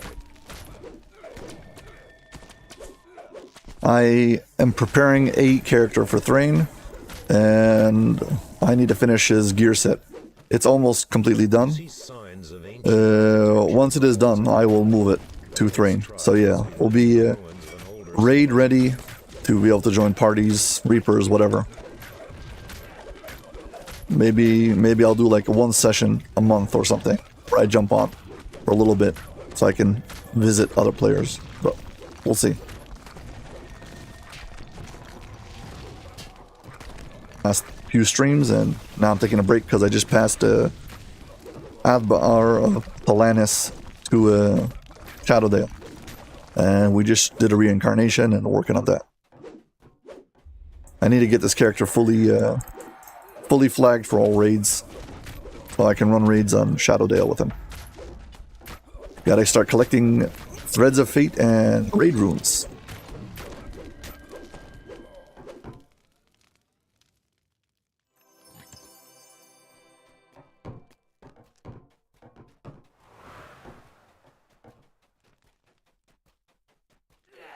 But yeah, the character will be called Aldbar on Thrain.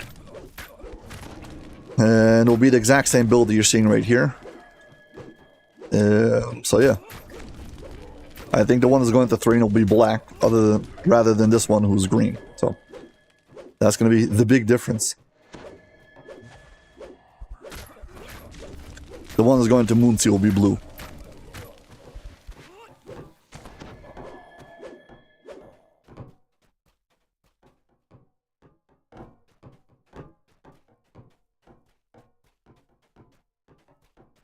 Yeah, it could be a lot of it is due to the unpacking, but it could be something specific, because I saw that they said that Cormyr and Thrain were lagging specifically more than other servers. So I don't know if that's it's just a theory. Well, we'll have to find out.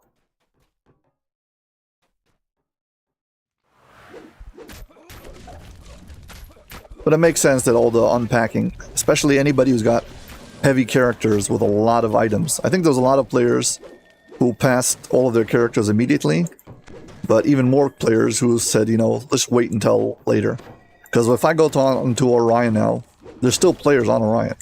So I'm assuming a lot of them are characters who've got a lot of items, and if they pack and unpack, it slows everything down to a crawl. So, I mean, this character was no joke.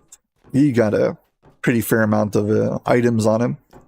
But he unpacked relatively nicely. I just don't know how much lag I caused when I did it. So it is what it is. Eventually the dust will settle.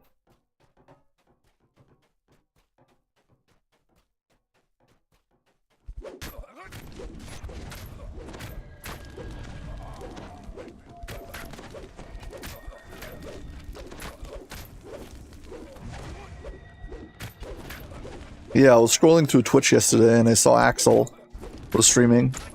So I just hopped on for a few minutes, and he mentioned that they were stuck inside of Thrill of the Hunt for like 15 minutes worth of waiting for lag. So yeah, apparently there are some serious lag spikes. Also, here's another shrine, just in case you haven't already. Please follow on Twitch, subscribe on YouTube, and hit like. Thank you.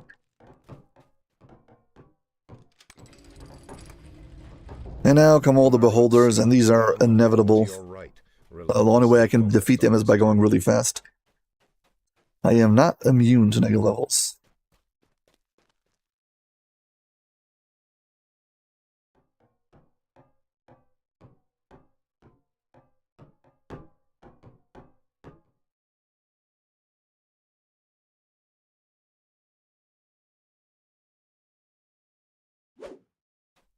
And another bot to ban. Too bad I don't have a chat bot that bans them automatically. You have entered a new section of the caves. In the distance, you hear a strange and evil keening. What dark allies has Vale recruited? You have never heard of a beholder serving a drow, or anyone else. You shudder to imagine the bargain that Vale must have struck.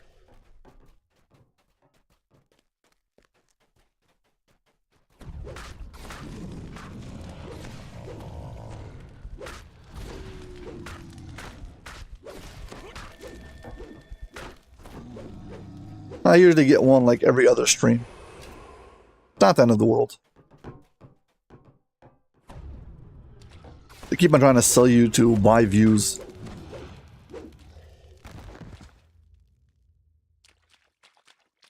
They keep on making these weird names so the auto detection doesn't pick them up and automatically get rid of them.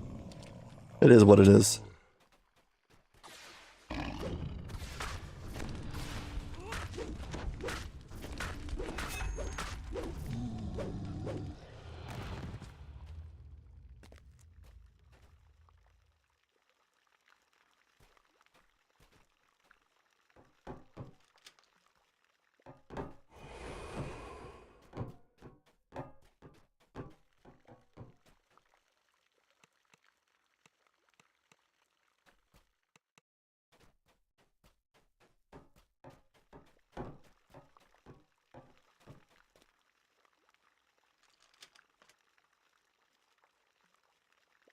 Which does have a, what's it called?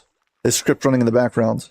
But if you look closely at the name of that Twitch user, it's completely messed up, and also, I mean, it's tons of like numbers and symbols, and also the message itself is like all messed up in its numbers and symbols, so they have to keep on adding new variations on both sides. I mean, Twitch bots keep on using new like variations on the name. So it doesn't really say in words, it's a lot of like mishmash letters and jumble of stuff. So yeah, I just keep on banning them and adding them to the list. Ahead, torrents of water plunge into a pool far below. If you leap into the waterfall, there will be no turning back.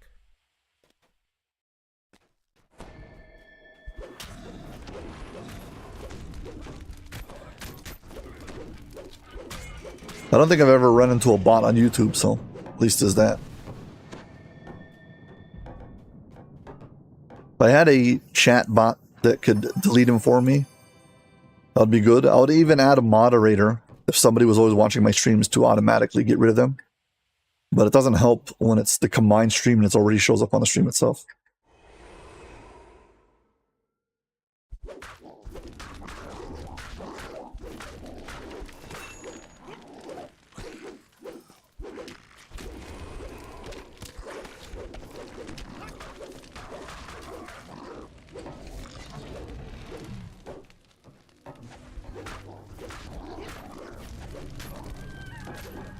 What's bugged about Korkaz's breath?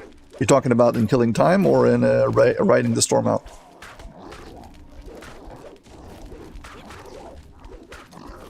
Or maybe both.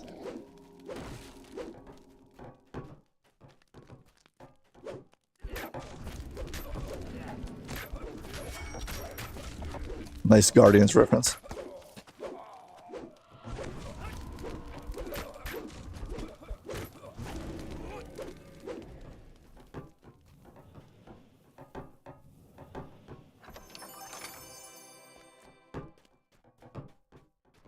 killing time. What's bugged about it? That you can't resist it? That it does evil damage no matter what?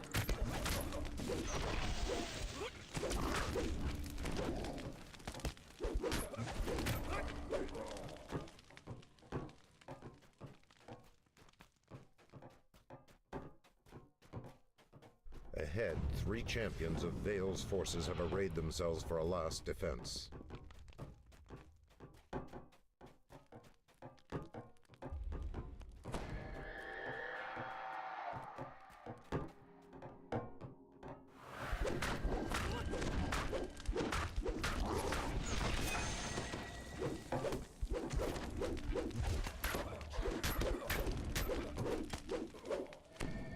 I don't have a ranged weapon, unfortunately. So we're gonna have to fight him with melee.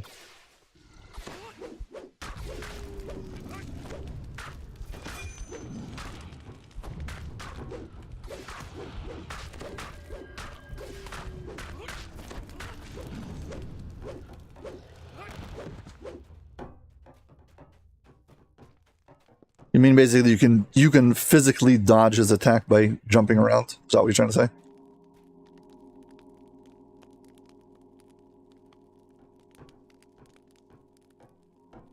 Basically, as long as you keep on moving, he won't be able to hit you consistently.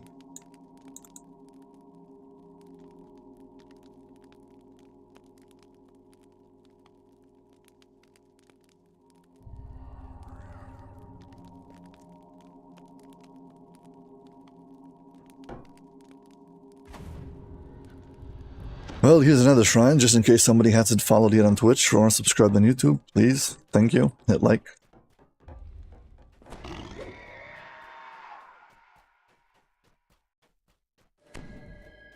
Go fight a Marut. This great hall is flanked by towering statues from a lost age.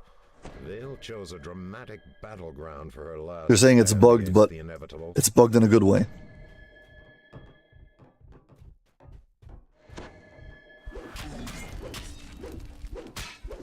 For the record, have you been able to solo KT?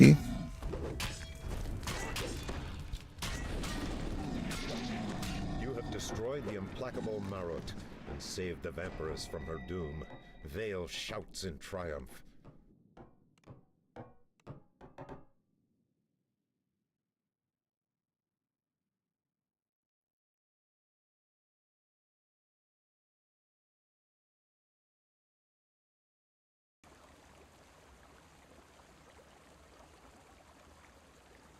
I do not know why it's not going off. It might be bugged. I would like to point out that those star rubies, the way that they work is they scale off of the weapon level. So if you're putting it inside of a low level item, it will do much less damage than a high level item. But no, I don't know why. But it could be one of those things you need to unslot it and reslot it. Sometimes augments and stuff bug off.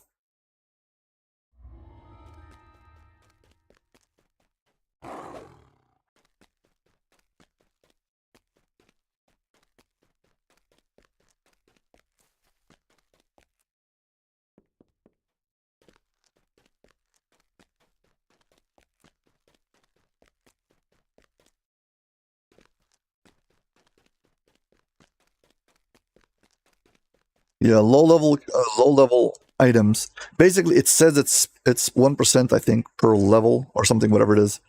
So higher levels more important. Here you go. Somebody just posted it. Yeah, currently it's bugged. So don't unslot it. Whenever they fix it, they'll fix it.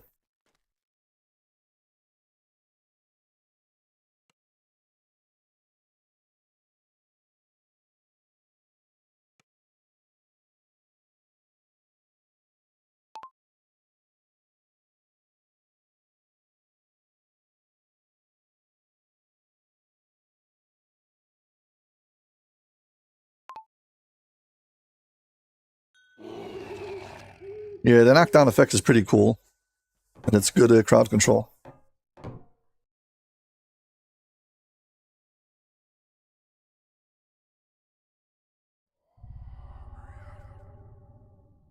Yeah, you're gonna need a lot of what's it called? What's the name of it now? PRR and MRR if you want to deal with all those mobs. You're basically gonna have to be a semi-tank if you want to solo killing time.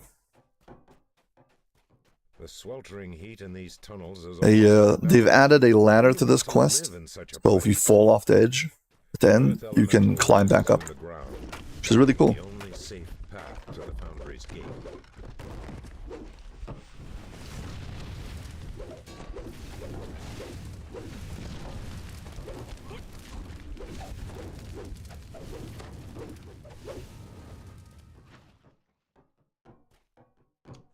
The lever locks into place. A warforged worker beckons to you from inside the foundry. This guy's gonna open up the gate for me. Get past. The gate crashes shut. Haywire spared no expense in keeping his secrets. He's gonna lose his mind and attack me.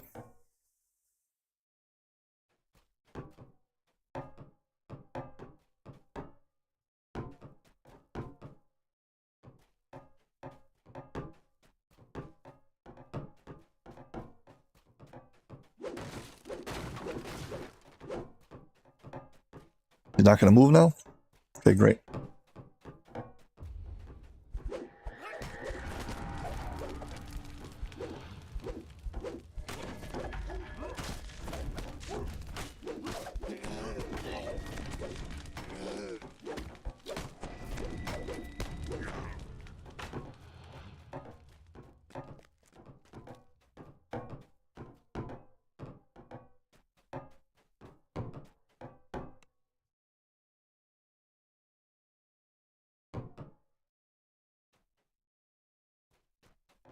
Never mind. I'm gonna speak to this head, it'll open up the two gates, sides.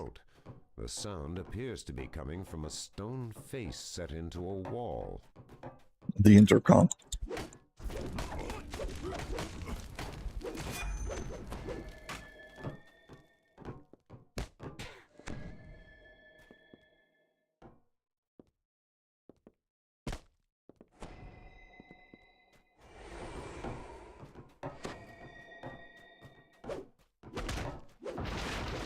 Open up the shortcut to the other side.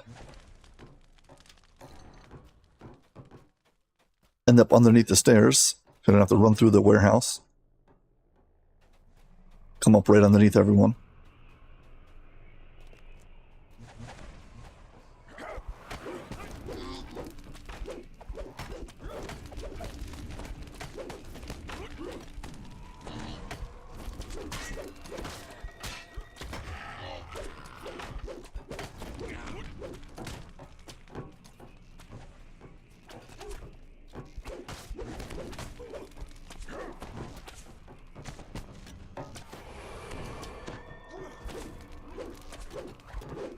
Never figured out the point of the sleep spell. If you're attacking someone and you put them to sleep, as soon as you attack them again, they wake up. So, what was the point? I mean, if you want to bypass them and never attack them, I get it. But if you're going to continuously attack them, why put them to sleep? Basically, you're slowing them down for like a second.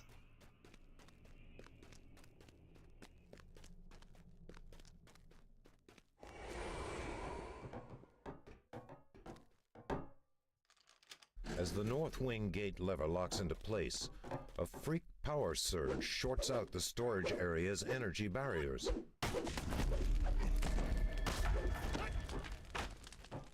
Freak power surge.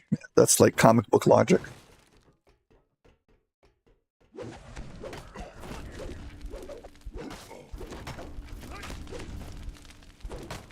True.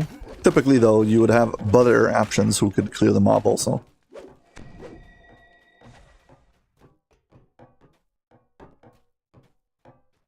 Also, there's so many ways to save against it.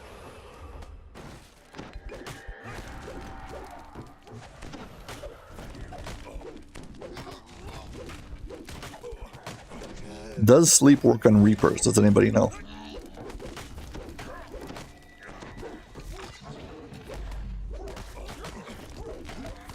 I'm trying to justify using it.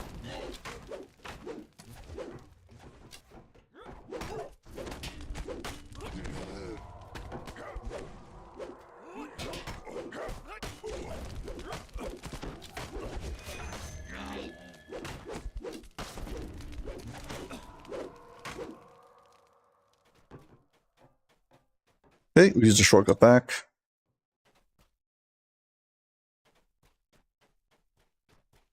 Yeah, that's exactly the problem. Let's put it like this. The fact that people don't use it all the time is an indication of just how not good it is.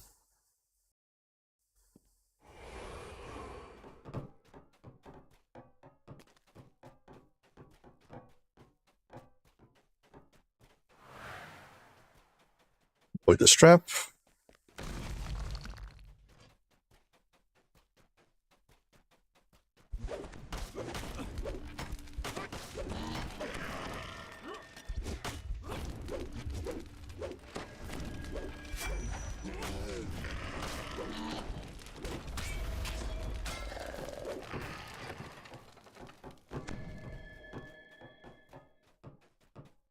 Avoid this one also. Clothing and armor, you can feel the floor grow warmer.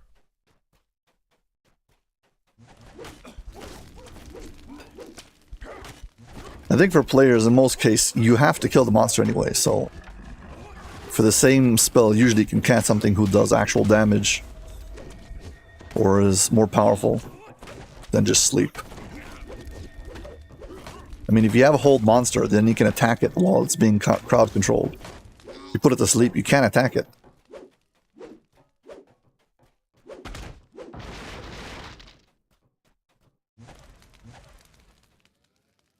That's just some kind of rogue assassin build. Or a swashbuckler and you use a coup de grace, whatever it's called. Hello, good morning. How are you doing today?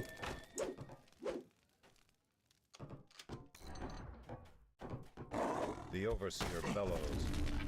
We run the foundry now. I know I start my stream at 5 AM Eastern time, so it's always, I'm wondering who's my audience.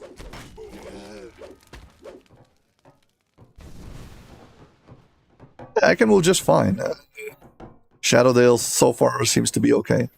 I found some, there was some lag on the airship and I had to get off of there. But after that, everything was fine. See if I can get the shortcut done. Jump on this crate. Get on this pipe. Jump off to the side and catch like this so you don't bump your head on this one. And jump to here. And up to the walkway.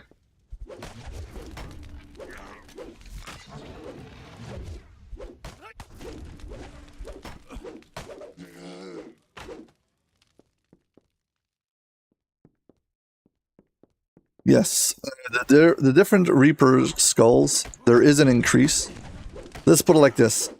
Your character is built for a certain Reaper difficulty, and any bit above that is a huge increase and is way too difficult. I just remembered something. I want to go check. Actually, you know what? Never mind. I don't have a throwing weapon anyway.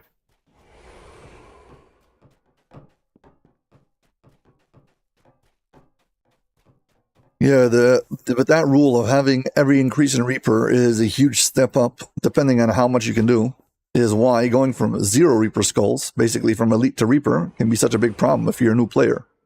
If your character can't handle Reaper 1, the gap between Elite and Reaper is huge. It's no joke.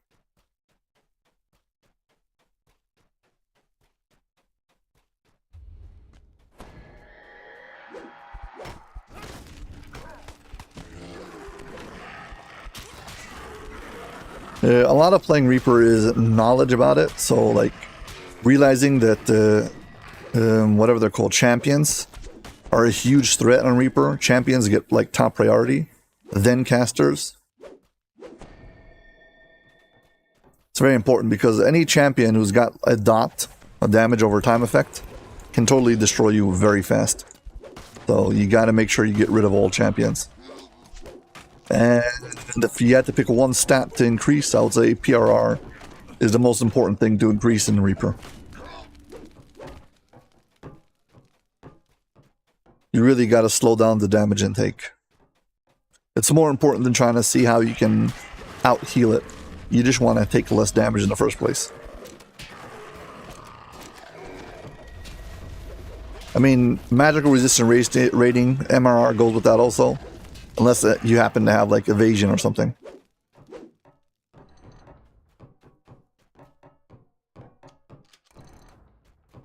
And this puzzle again. On the back of each puzzle, right in the center, there's an icon, which I'm going to call the elephant.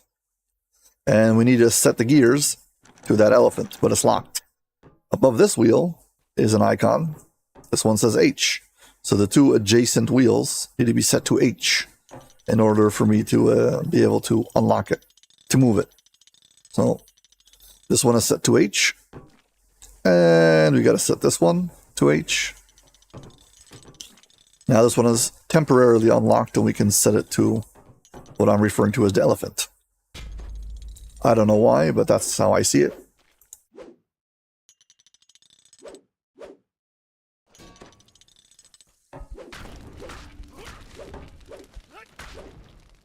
Your monk is you're gonna find out that you're capped at 50 MRR. You've got improved evasion. So as long as your reflex save is pretty high, you're not really taking that much magical damage anyway. You just save against everything. And if you do get hit, you have improved evasion, so you're only taking half of it. So to increase your MRR in a monk, there's a whole bunch of things you need to do to increase MRR cap. But PRR is really where it's at. You need to get to like 200 PRR. And if you do, you'll be able to push higher Reapers. Again, I don't know what level your character is, so 200 is more once you get to epic level.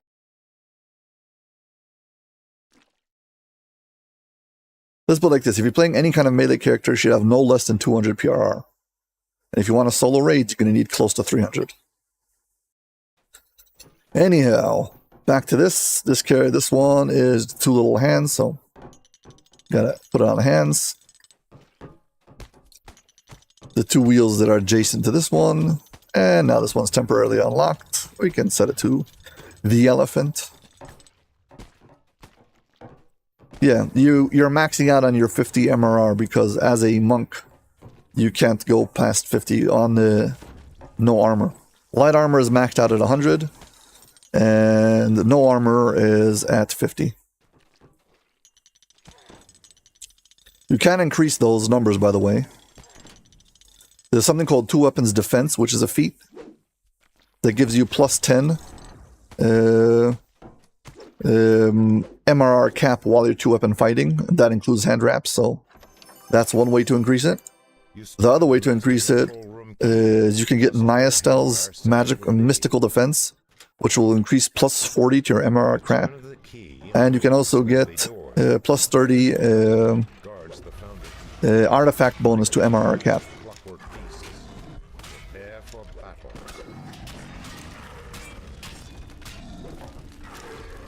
Well, those require, well, what's it called? Reflex save and magical resistance.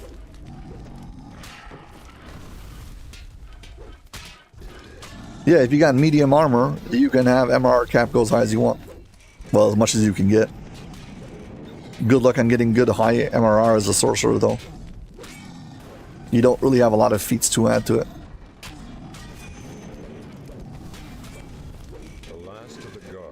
In a heap of battered metal. Now it's time to end this madness. On the characters I'm setting up right now for Moonsea and Thrain. So the MRR, I have evasion on those characters, and my MRR, light armor, and the MRR goes up to 180. I've got two-handed defense, which is plus 10. I've got 40 from Nyastel's mystical defense, and another 30 from artifact bonus.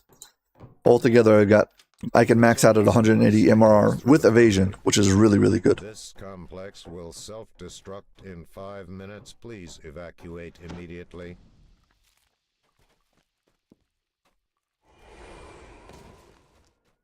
I'm hoping to get the PR up to 250, but we'll see about that.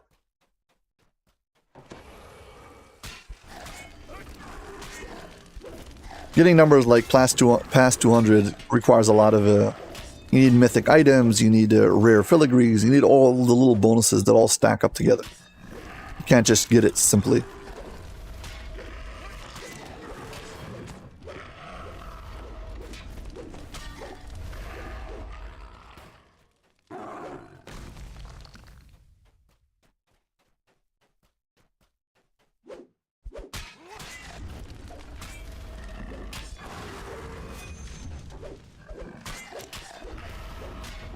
Well, I hope you a nice shift.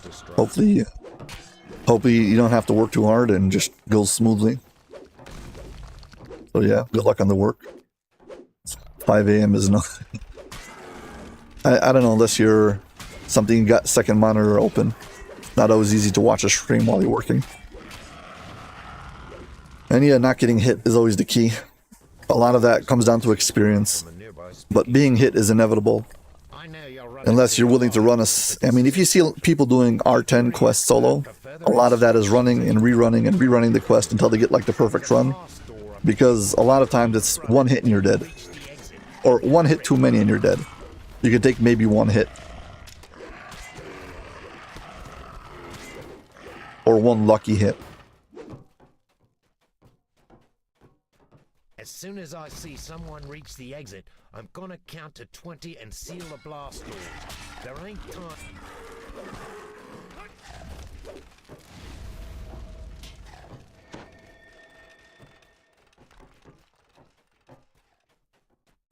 Rumblings from deep within the factory reverberate down the corridor. Stay clear.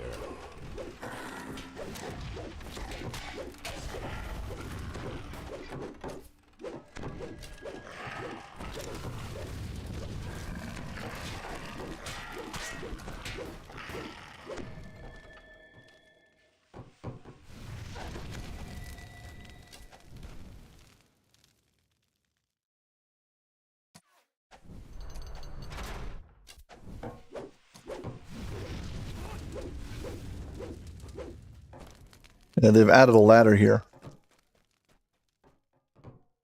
There's a ladder to the side, just in case you fell off now. You can get yourself back up. 2 minutes until haywire gestures to the... You feel powerful elemental energy course through your hands. A spellcaster might be able to channel this power. And we can pick up this last collectible over here. I'll show off the new ladder. Oh, there's now a ladder that allows you to get back up. Yeah, this is a recently added feature, this particular ladder. So apparently after enough people complained, they added a ladder. Nice. They've also permanently locked the front gate, so you can no longer walk in and go around, even if you leave a hireling. Not sure if that's better or worse, but at least you can climb back up if you fall down, so. Good job. 1 minute until self-destruct. Yeah, it's not brand new, but it's relatively new.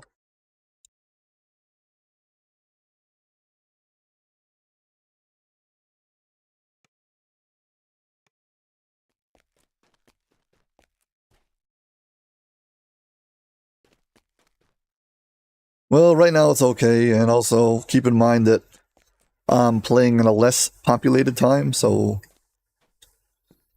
yeah, I don't know how much it proves anything.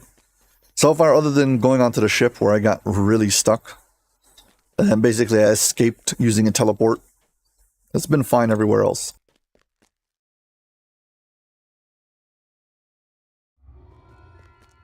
And now I should be done flagging for Vault of Night.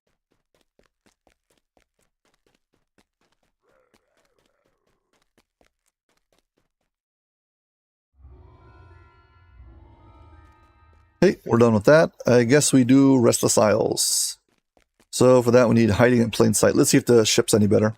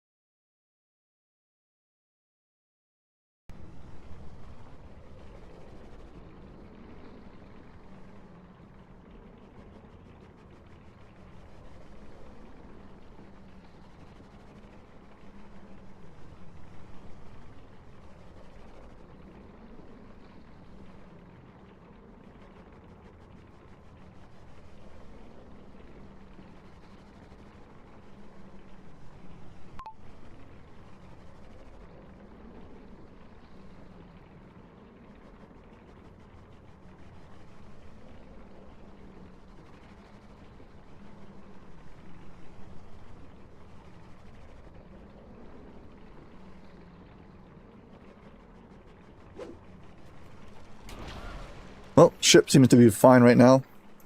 I'm wondering if they reorganize the ship the way I left it, so let's go check.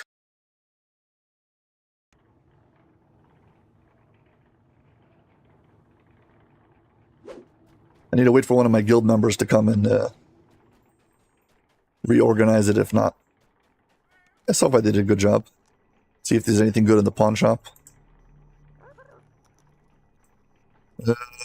Light fortification, no clickies. Fine. You'd always check the pawn broker on the ship because he can sell clickies. Sometimes you can get a shield clicky from it, which is very good.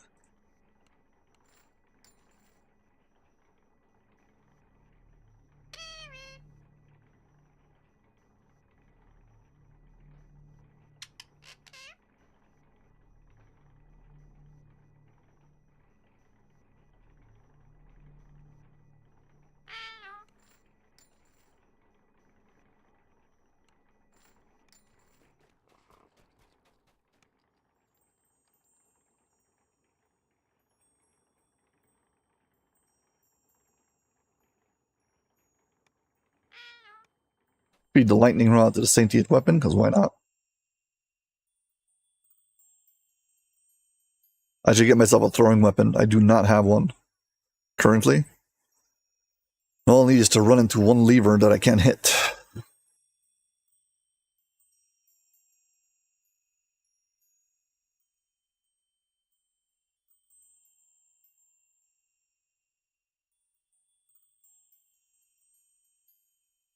There we go, throwing weapon.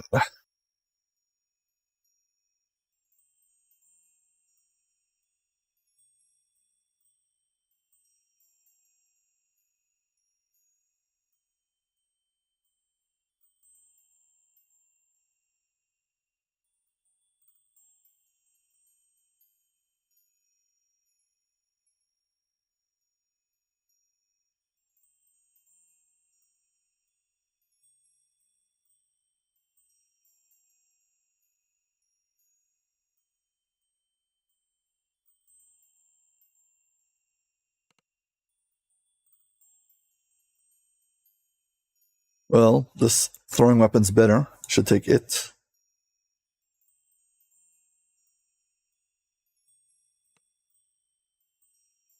And we'll take the quiver of poison because I don't have a quiver.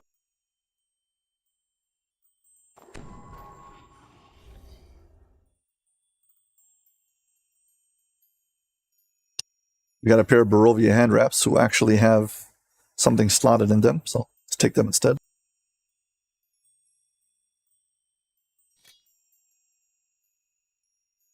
Feed the other ones to my sentient weapon.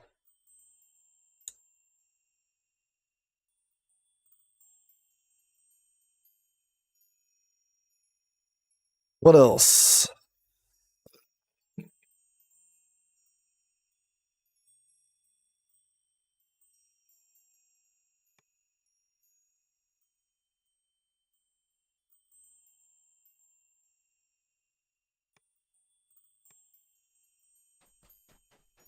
Good enough for now.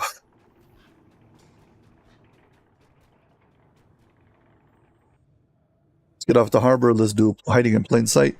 Start the flagging for Restless Isles.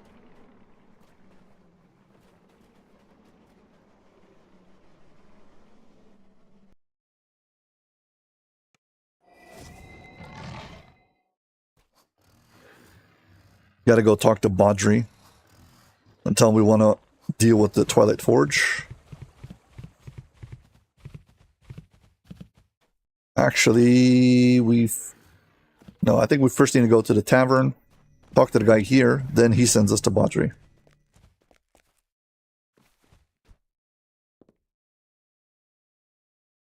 Let's do that. Yeah, I gotta talk to this guy first.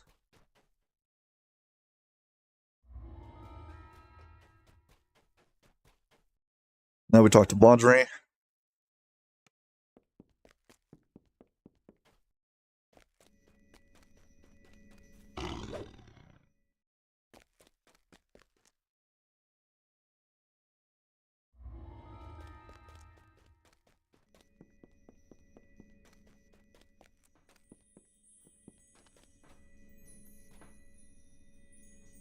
Hiding in plain sight. Here we go.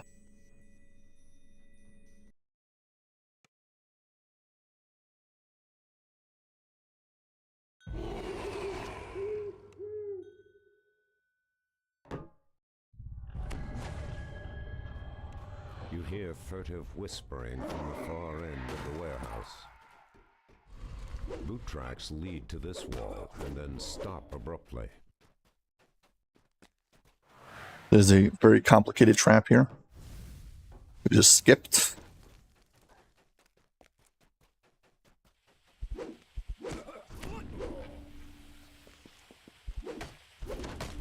Do you have another character with almost 400 favor on a different server? You could just pass it over, run a few favor, and unlock it like that.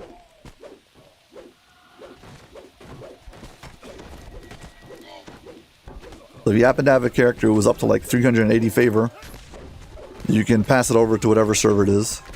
And yeah.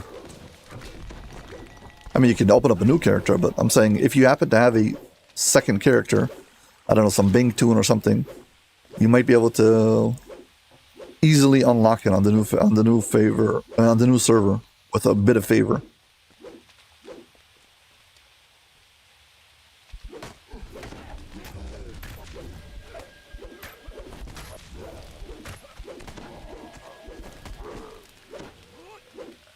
But you still need to unlock Warforged.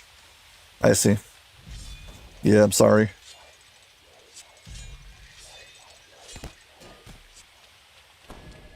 Red-robed agents of the Aurum block your progress. Release the beasts, cries one, as the massive metal creatures lunge forward. With the blockade broken, you are free to proceed into the sewers. And another shrine. This is the only shrine for this quest, by the way.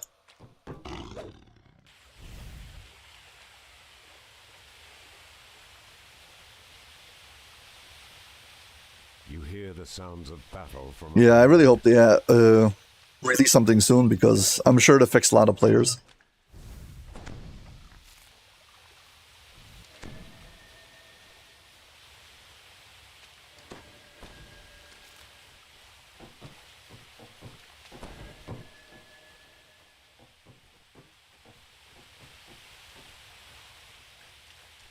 Wet footprints lead up the steps to the northern wall. The path forward is blocked. Judging from the thick cobwebs in the hallway beyond, this gate was closed for good reason.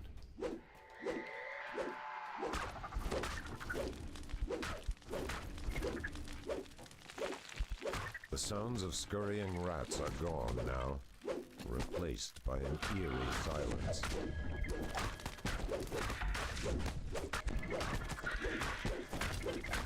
Spider sling.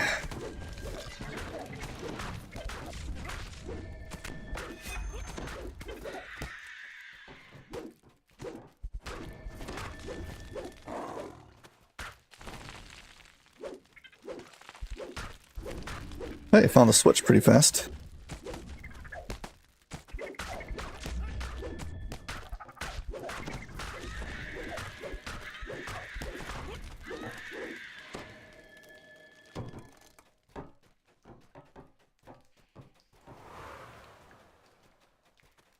That saved me the hassle of having to find open up all the little cubby holes until I find it.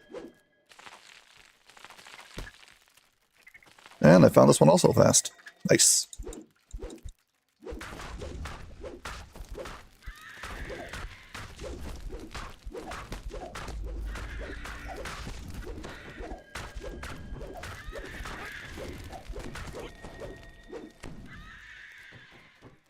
The way is open. Here comes the swim. Tell my two characters to not follow me or they're gonna definitely die. The water below looks uninviting, but it's the only way through. Debris litters the water. The remnants of trash swept Stick to the down top into the sewers. right quarter of this pipe. Slide across the line. Hopefully take less damage like this. It's a semi-safe zone.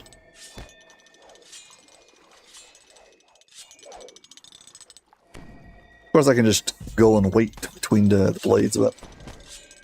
I don't feel like it. Almost there anyway. These blades are powerful Made it. enough to cut you to ribbons. You turn the rusted valve and shut down the blades in the drainage pipes. This is one of the buggiest ladders. That little jump you do out of the water sometimes lags you back into the water, and you can't catch the ladder. Keep on falling off. Water drips from your body as you climb out from the water. This is my favorite gate in DDO.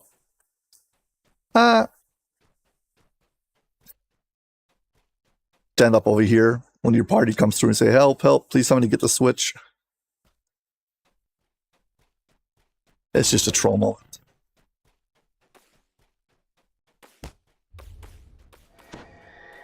The air here smells fresh and clean. An entrance to the outdoors must be close.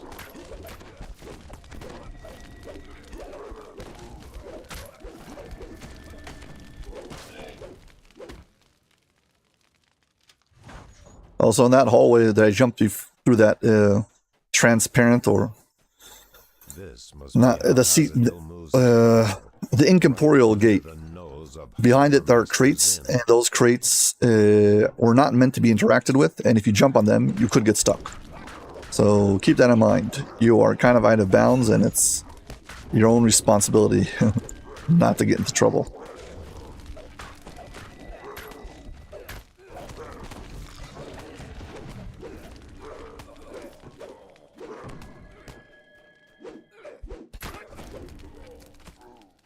Agents of the Aurum are overseeing HazardIll's crew. But for what purpose? Fight HazardIll.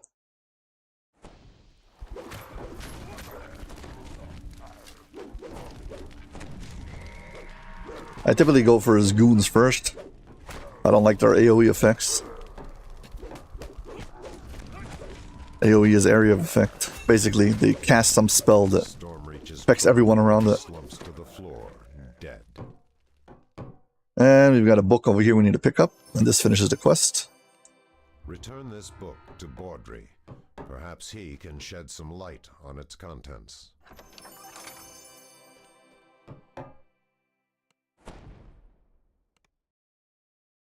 Okay, yeah, 7 minutes. This quest really isn't that long. I know players hate this quest sometimes, because if you get lost or you go the wrong way, it can take forever.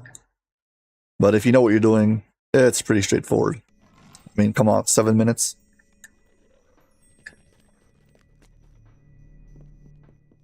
Talk to Baudry.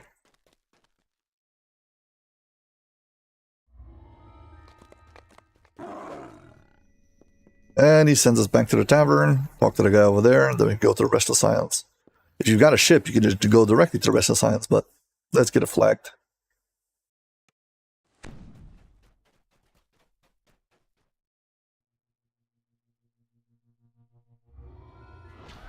Okay, Restless Isles have been flagged.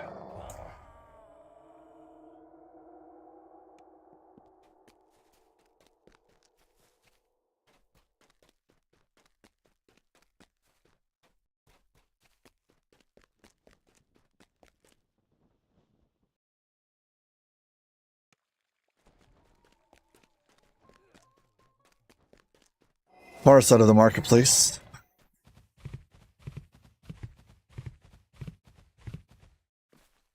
The truth is, I don't need to do the flagging. I have the sigil. So, yeah, that's saving some time.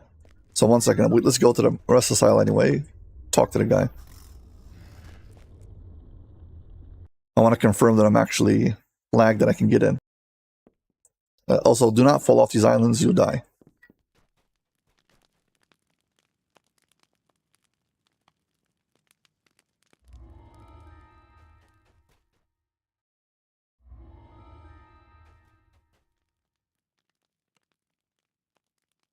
Yeah, I've got the Sigil of Delcourt, so I am flagged for Twilight Forge. Nice. That was fast. Okay, let's get out of here. I guess now we go flagged for Barovia. whatever it's called. I mean, Curse of Strahd.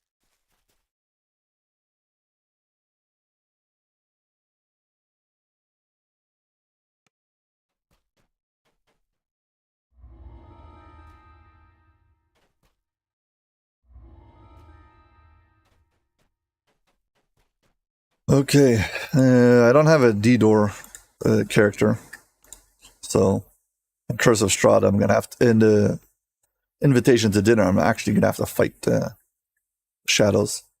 You know, it might be faster to go get a hireling, I'll say.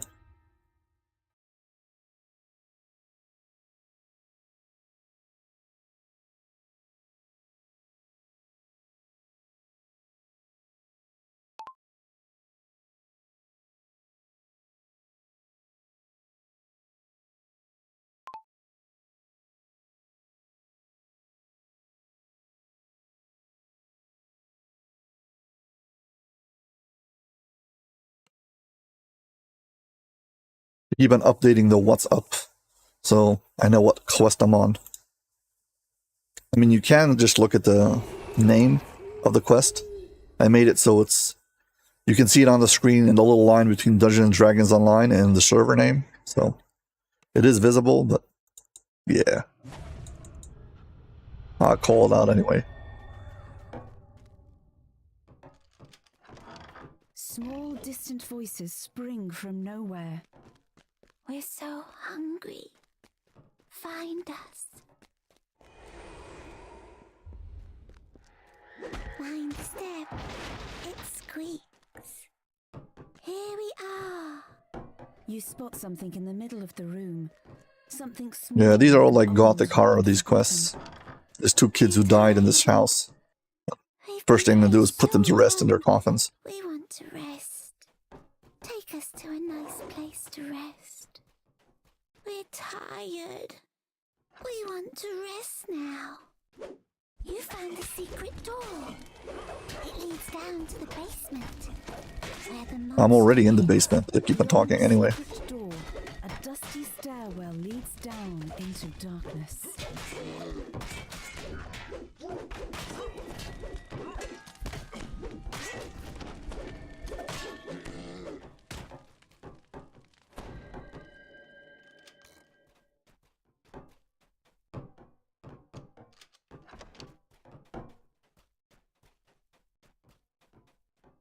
YouTube has added a feature now that if you chat, you get XP.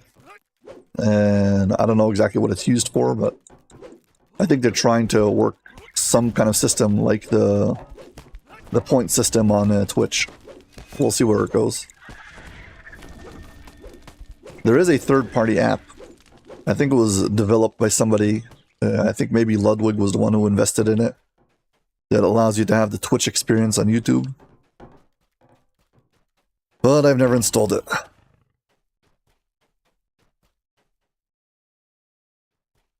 You gently place the bones inside the coffins. Much better. The distant voice seems pleased. We can rest here. Once you get rid of the monster in the basement. Yeah, we'll get rid of the monster in the basement.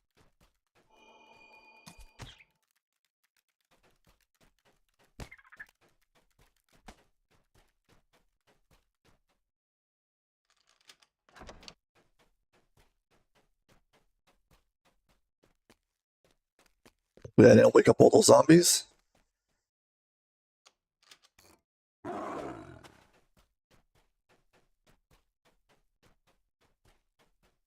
The parents of these kids joined some kind of a cult. Now they themselves are undead. top of the desk, you find a tarnished key.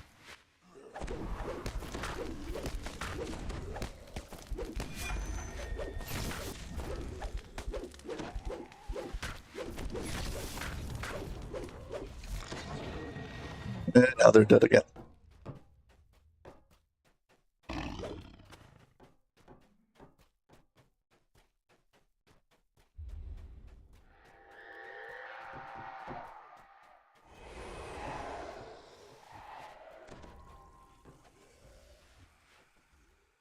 Let's skip these blades, stand here, jump over this, made it.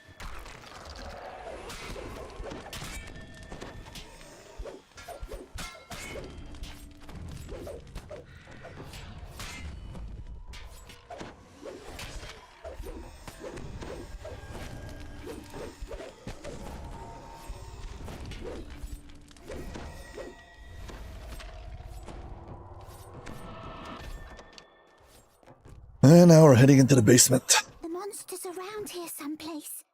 You can smell him. He stinks.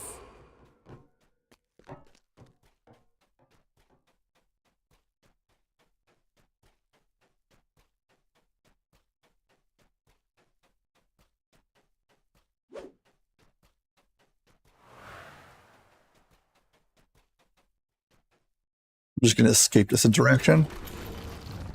If they want, they can follow me. Get out of here.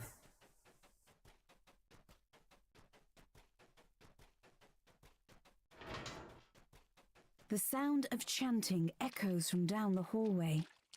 Robed apparitions surround the altar, chanting, "He is the ancient. He is the land." The ghostly chant suddenly changes. "One must die. One must die. Lorgoth the Decayer, we awaken thee." The robed figures vanish, and something stirs in the water.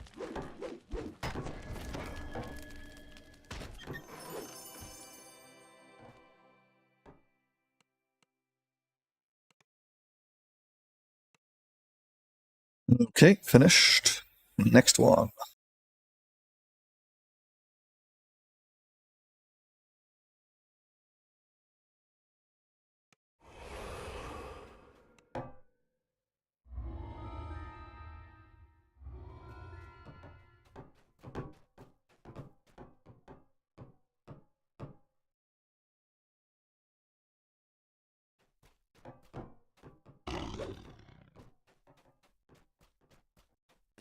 I can recall back to the tavern or just walk. It was faster to walk.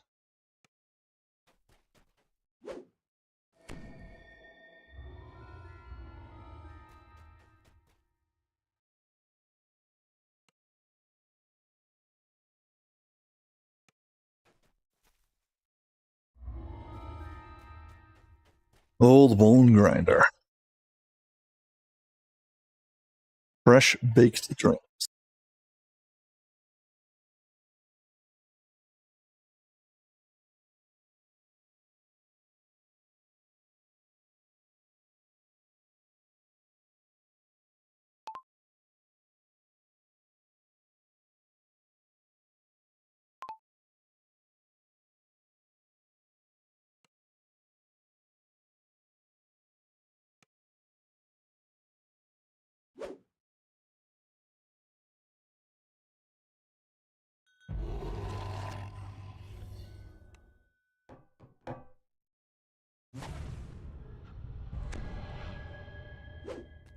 Voices, ragged and carping, come from the other peasants with joyless faces and vacant eyes wait in a line.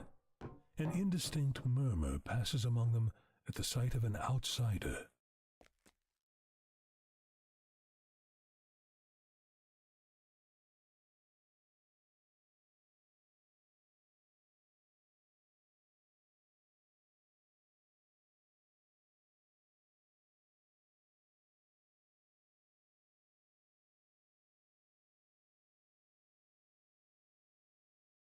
I didn't notice, but yeah.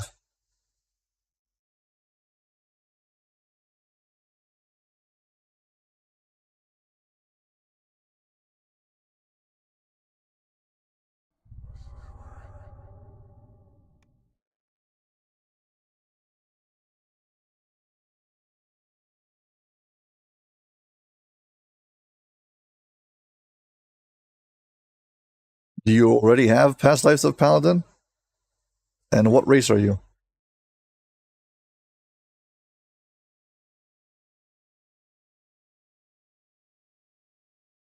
The rest of these peasants are unlikely to leave.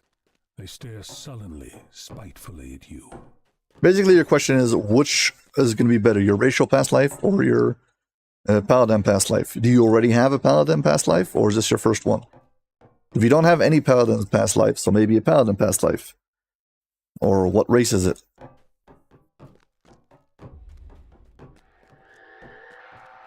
A wolf howls in the distance. Its cry echoed first here, then there.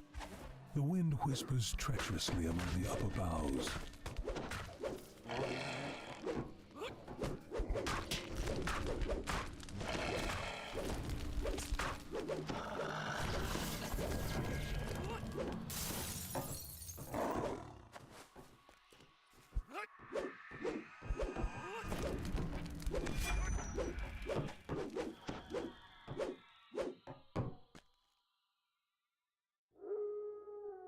Do you have any human past lives? Those are not pebbles filling the urn between the megaliths. They are human teeth.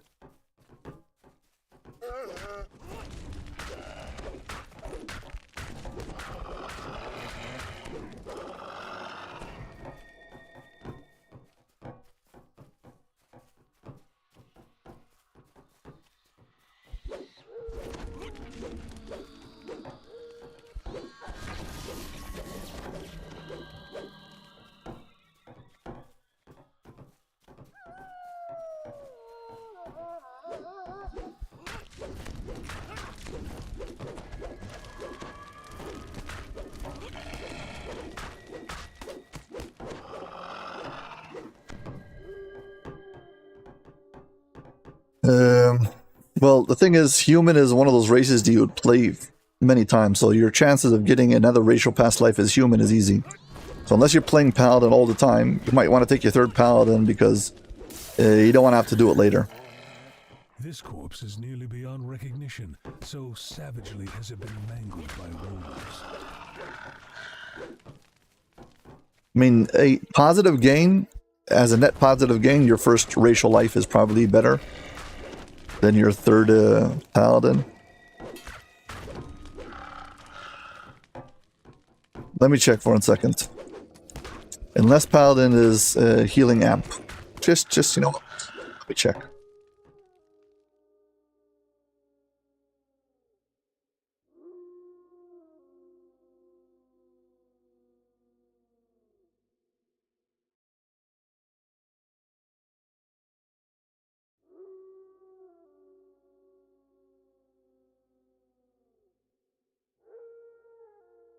Whatever you have the most past lives, whatever you have the most levels of is what you're gonna get the past life.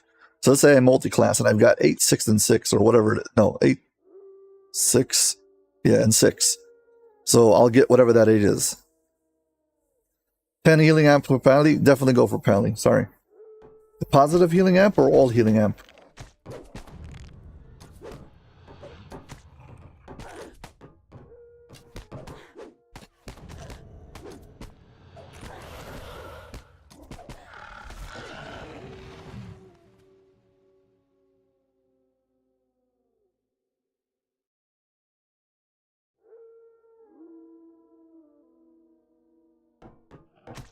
There's 10% positive healing amp. If you're planning to play positive healing amp, yeah.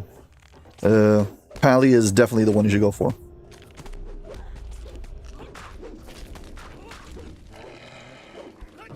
You're gonna reincarnate a whole bunch of past lives as a undead or as a, what's it called, Warforged, so,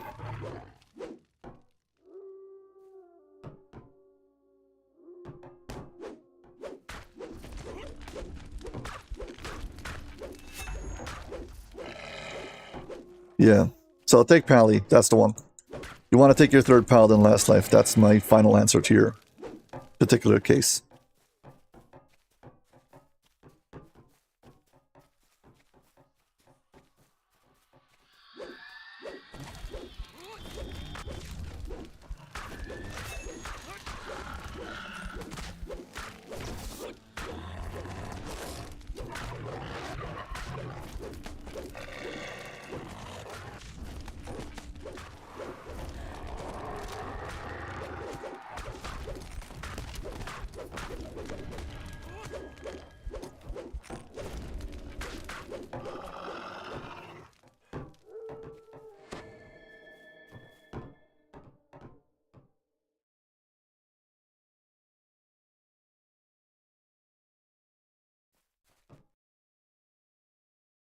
Basically the same character again and again and again. I'm assuming that's what you're doing.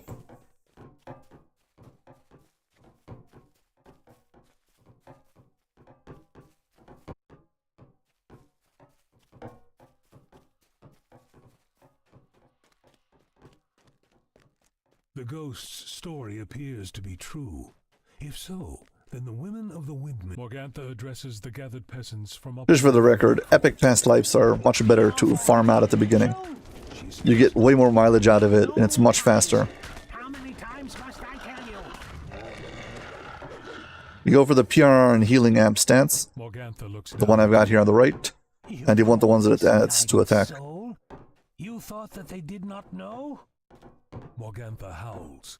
Enough of this. Kill him, and you'll feast on outsider pie. These are a bunch of video game characters eating video game character flesh. Being video game character cannibals. That's the last of them. Now for the pie makers within the windmill. Yeah, epic past life is the way to go. I would say that for every time if you don't have your epic past life maxed out, try to go for 2 rounds of past life for every racial past life.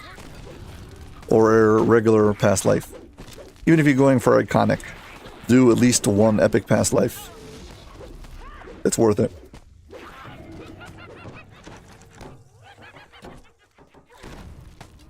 Go kill Morgantha so we don't have to fight her outside.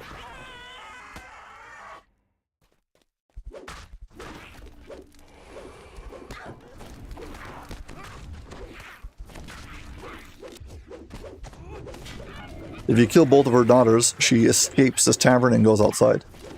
So I want to kill her inside before I kill the 2 daughters.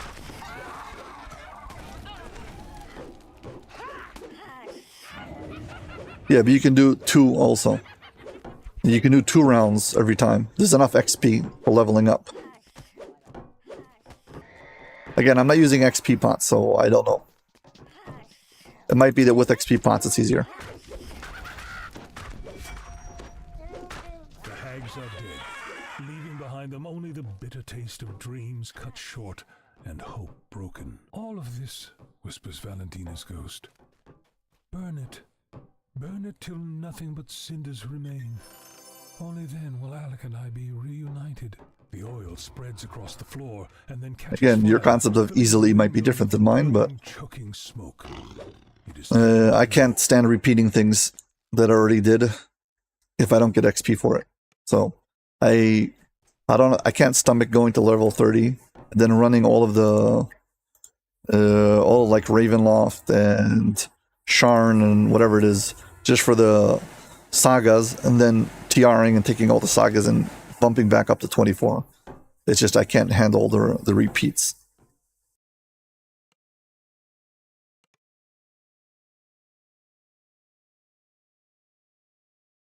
Well, good luck on the TR. Hope it all goes well. Hope we don't mess it up by mistake.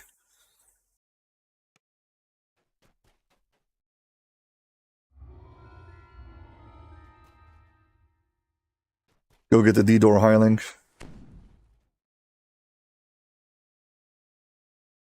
I don't feel like fighting Strahd. I just want to escape him. There's a free D-Door Highling that everyone has access to. I think he's level 11. Merkel the Pious or something like that. Help, get me off the ship.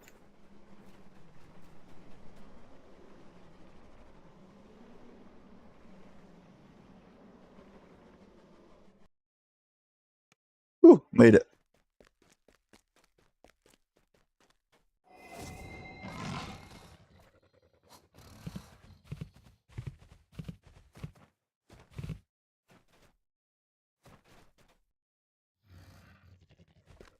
Level 11 fighter.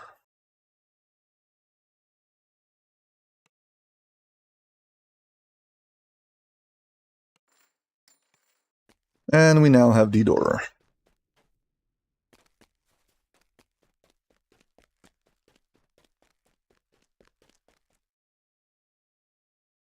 Should I take right now the freedom of movement? Probably yes.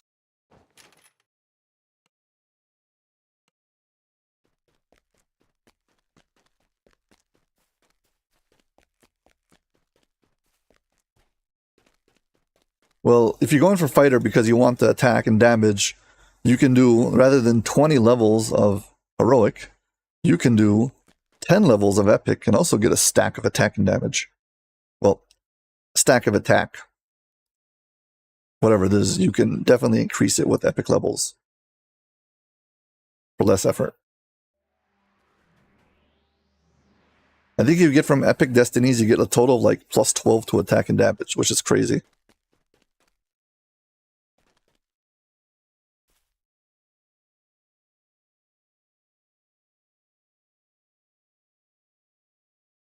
Yeah, I don't have enough Reaper points yet to be able to do that. Once I get enough Reaper points, I'll feel more comfortable with running things on a Reaper for the extra XP. Right now, it's a struggle for me on a Reaper. Hopefully, once I get this character up to cap, I can do exactly that.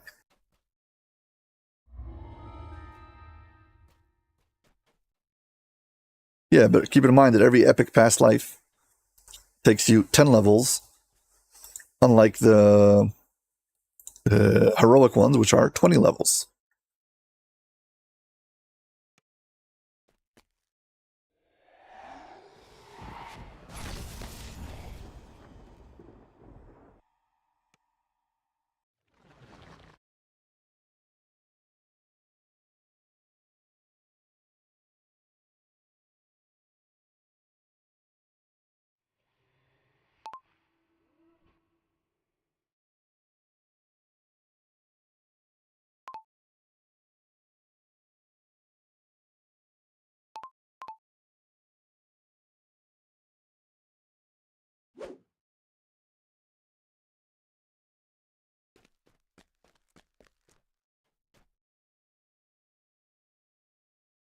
Yeah, there aren't that many quests though. I find myself like once I'm level 26 or 27, I'm trying to do like legendary quests. I do all of the low level quests when I'm like level 21, 22, I'm already doing level 26, 27 quests.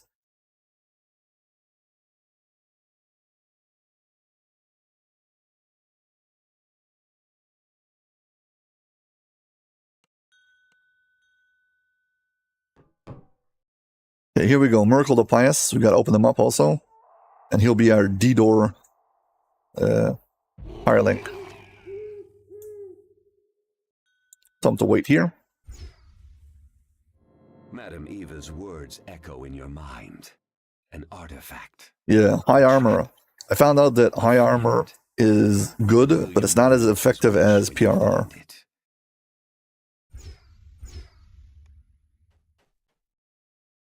You'll get more bang for your buck, so to speak, if you go for PRR than a high armor class.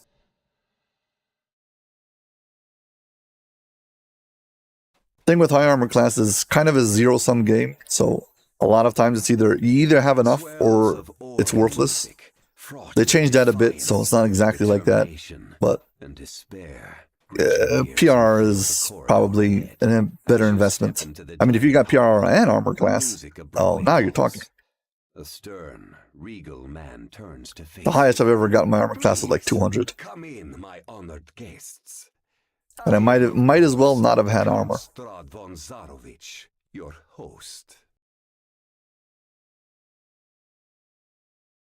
Nice. You should get that PRR higher. It's more important. Get that PRR up to 300. You can easily give up some of the armor class for extra PRR. If you get that PRR up to 300, you're golden.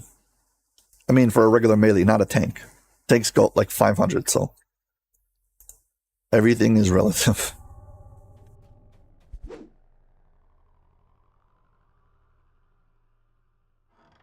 Strahd's laughter echoes, And we escaped. And his form dissolves into mist.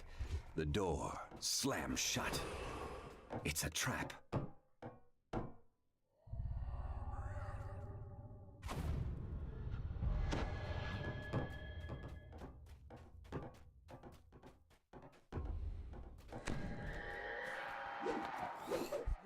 Well, first stop is Wine Cellar Basement. Basically, this quest has like a fortune teller at the beginning who gives you the permutation of this particular run you're doing. Where do you need to go? So, treasure card, merchant, wine cellar, basement. That's where we're going first, though. If you know where to go in this quest, it's not too bad. If you don't, get ready for a very long time in here. Basement level.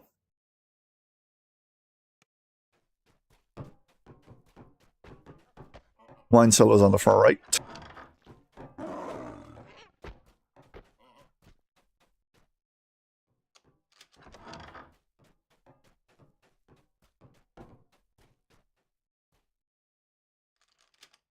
As you And here comes all the ooze. black ooze begins to spurt from it.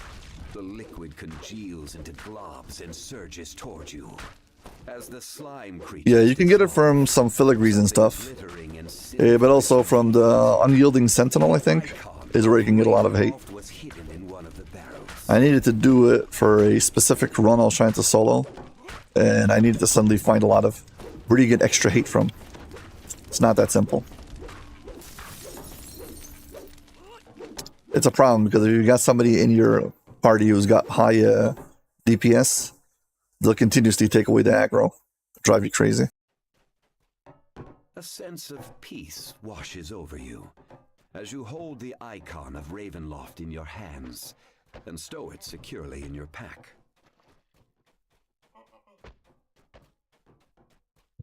Okay, so that was first one. Now we need to go to the alley card that says this is on Lodge on 4th floor. 4th floor it is.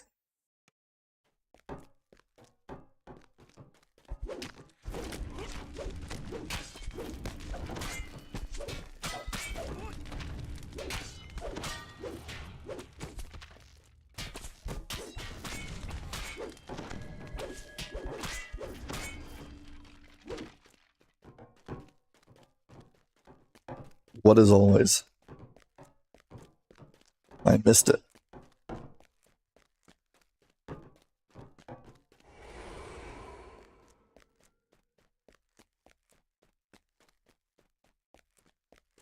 The encounter with Strahd, the pictures that we're talking about.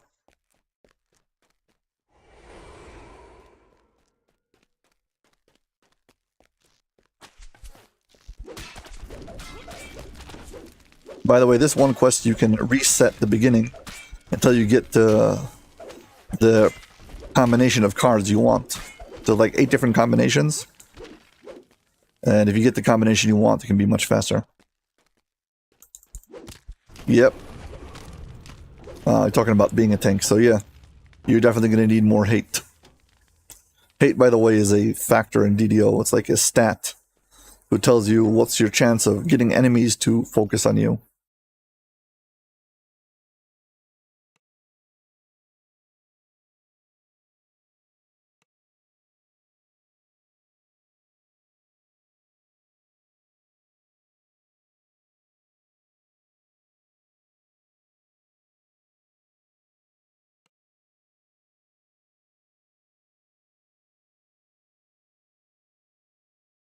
And I don't remember where you find it, where it says how much hate you generate. Should be here someplace.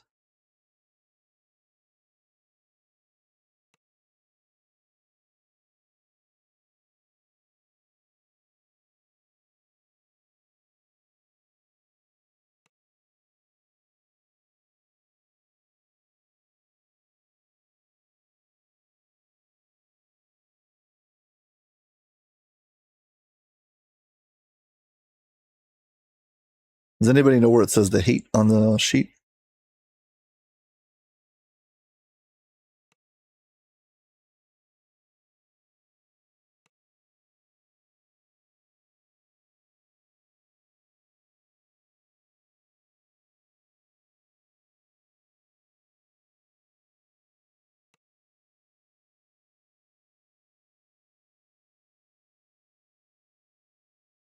I would assume it's inside of general combat.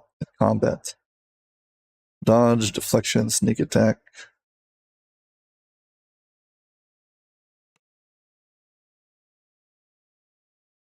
Whatever, if somebody finds it, please tell me, thank you.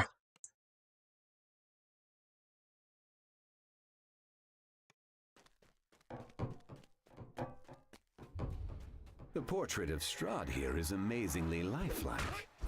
In fact, as you stare at it, his image begins to move.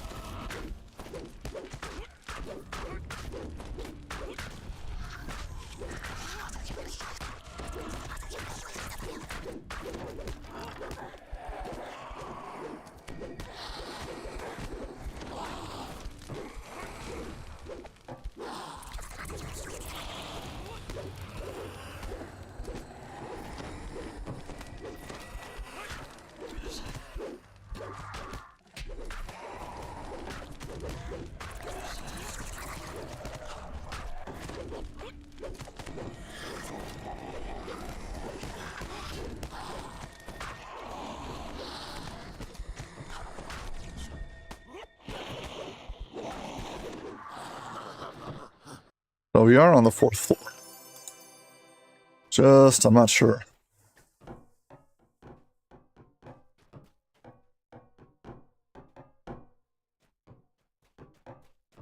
Yeah. That's why you need both. You need also hate and also intimidate.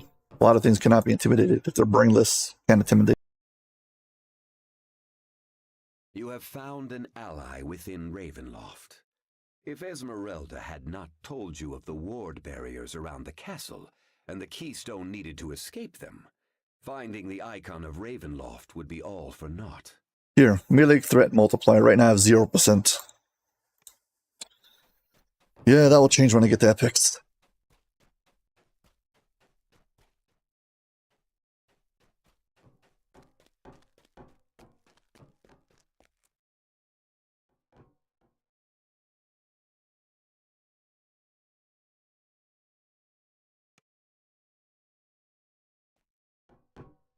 Okay, death card, 2nd floor.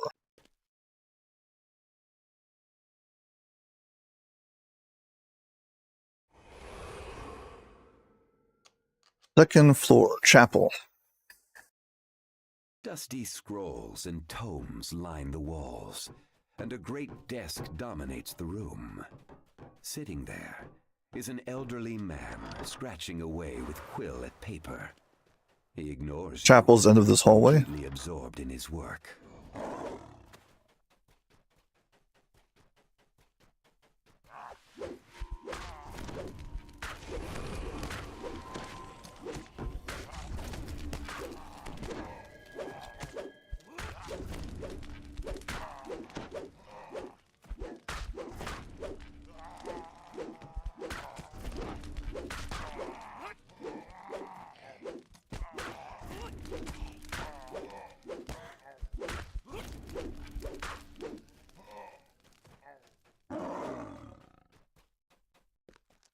The two zombies in these chairs attack you when you get close.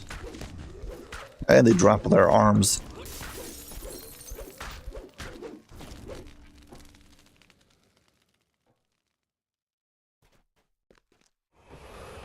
Strahd stands here, gazing into the distance. As You gotta go fight the approach, specters. he speaks. I hope you found exploring the castle stimulating. The worthy learn to call it home. Strahd makes an abrupt gesture, and suddenly a gate of red light crackles into existence. A wry smile lines the vampire's face as he dissolves into the portal, whispering, "Now, let the true test begin."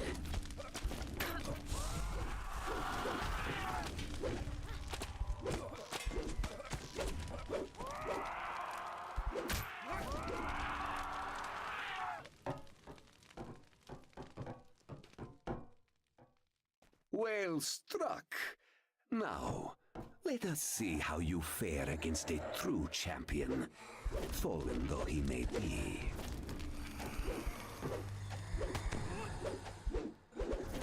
Unfortunately, I don't have ghost touch, so this character is incorporeal. I mean, he's not physically here fully, so I'm missing him all the time, but we're doing okay. And now double or nothing. Impressive. I knew that I saw promise in you. Normally, a performance such as this would be adequate for my first trial. But you have piqued my interest. Shall we raise the stakes? Double or nothing then.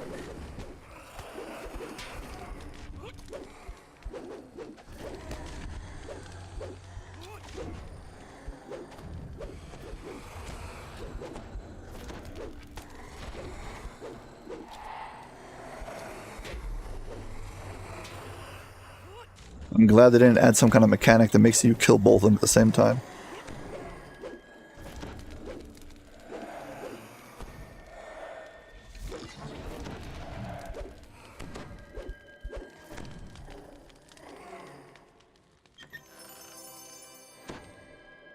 Got the goggles, well, I don't really need, but okay.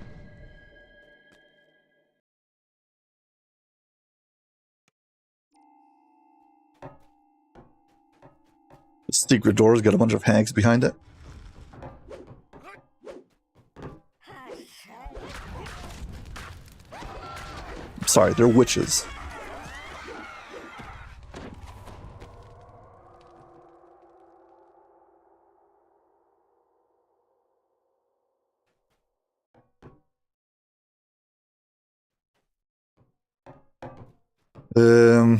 As far as I understand, basically your hate is whatever your damage is. It's a multiplier on your damage, as if you'd done that much damage or something like that. So yeah, 200% hate would be like 2k hate, as far as I understand. Well, here's another shrine, just in case you haven't already. Please hit like and subscribe. Thank you very much.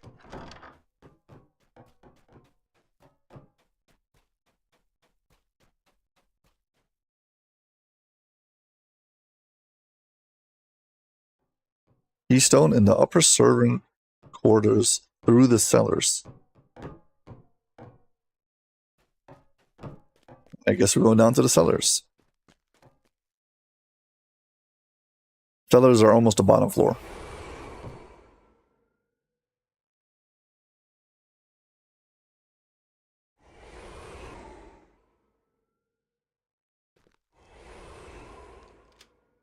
This time, the far end, but we go up the stairs.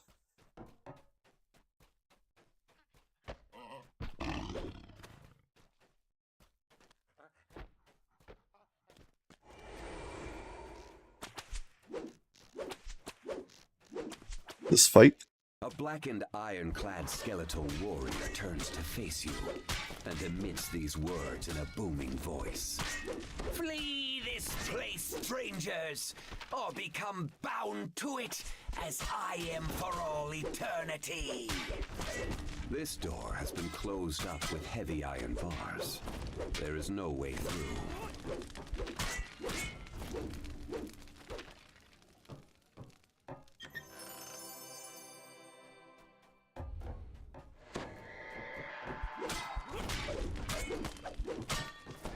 Okay, and we go to the servants' quarters.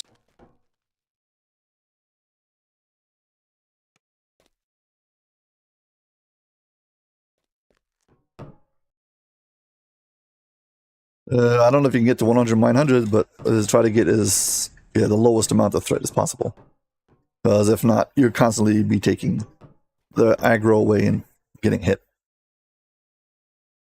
You find the ward keystone under a loose stone slab, just as Esmeralda promised.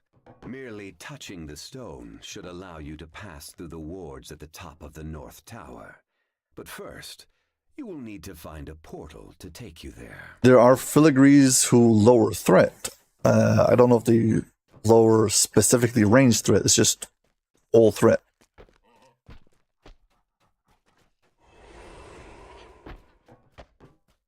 As far as I know, there's no difference. I think. I might be wrong. Let me check.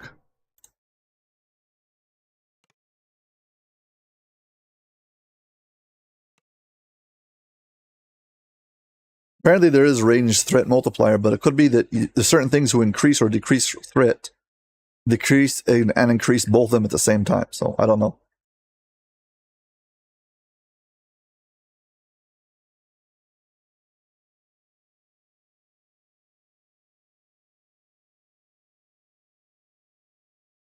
Yeah, if you don't want to, you should decrease your threat, so that's not a problem. So there are abilities in the game who increase or decrease specific threat types, but I think that a lot of the abilities who increase or decrease threat are just like general. So it's for all threat. It's not like specifically melee threat.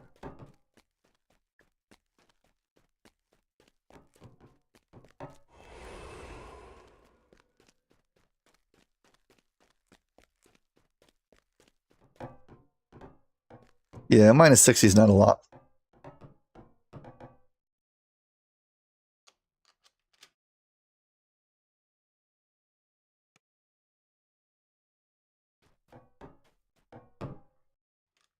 You go to floor number 3, and there's a shortcut down to the brazier room.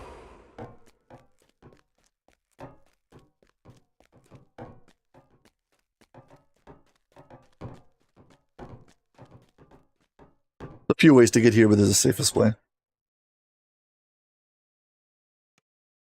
Here come all the rats.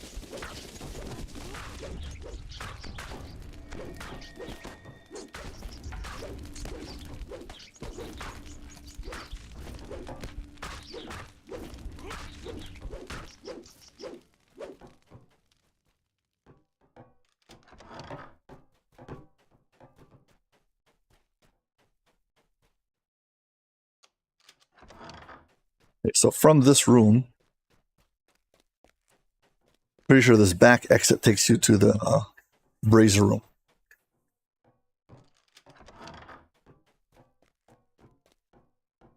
To the dungeons.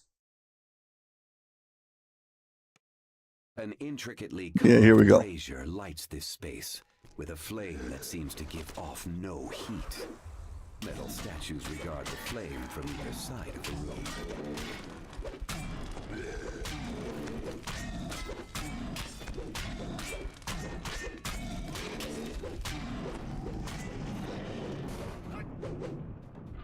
Ah, okay.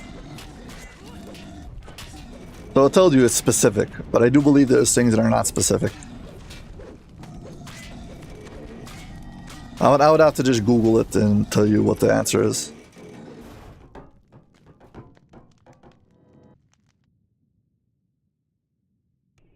In a flash of fire, you are teleported. There is a spiral staircase across the room, suggesting you are in one of the castle towers. A great rumbling shakes the floor, coming from below. With the keystone in hand, you step through the castle wards unhindered. You check your bags. Sure enough, the icon of Ravenloft is still there. The initial question was about filigrees, so I already remembered filigrees having both. If you will cross paths And it's just threat reduction, period.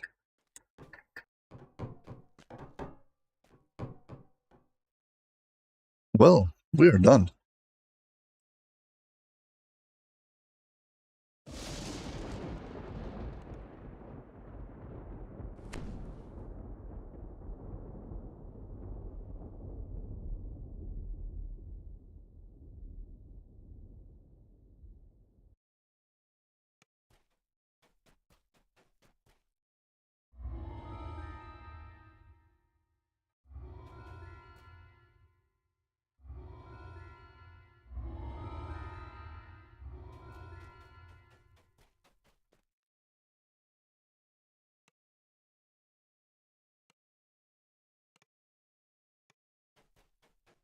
Well, folks, I think that's going to be it.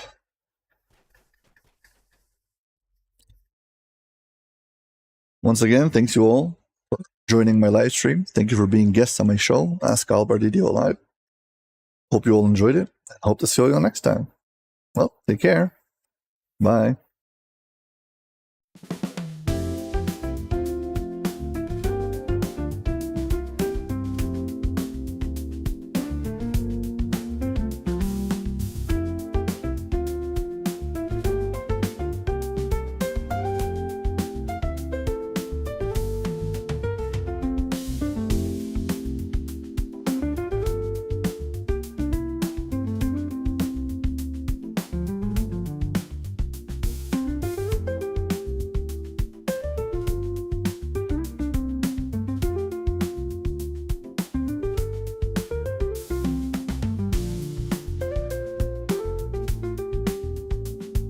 Yeah, it's one of those quests that if you don't know where you're going, you get lost, and that's terrible.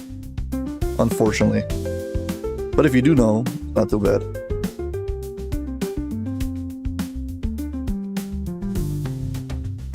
Yeah, also good luck on the... Hopefully you can find filigrees to reduce it. Yeah.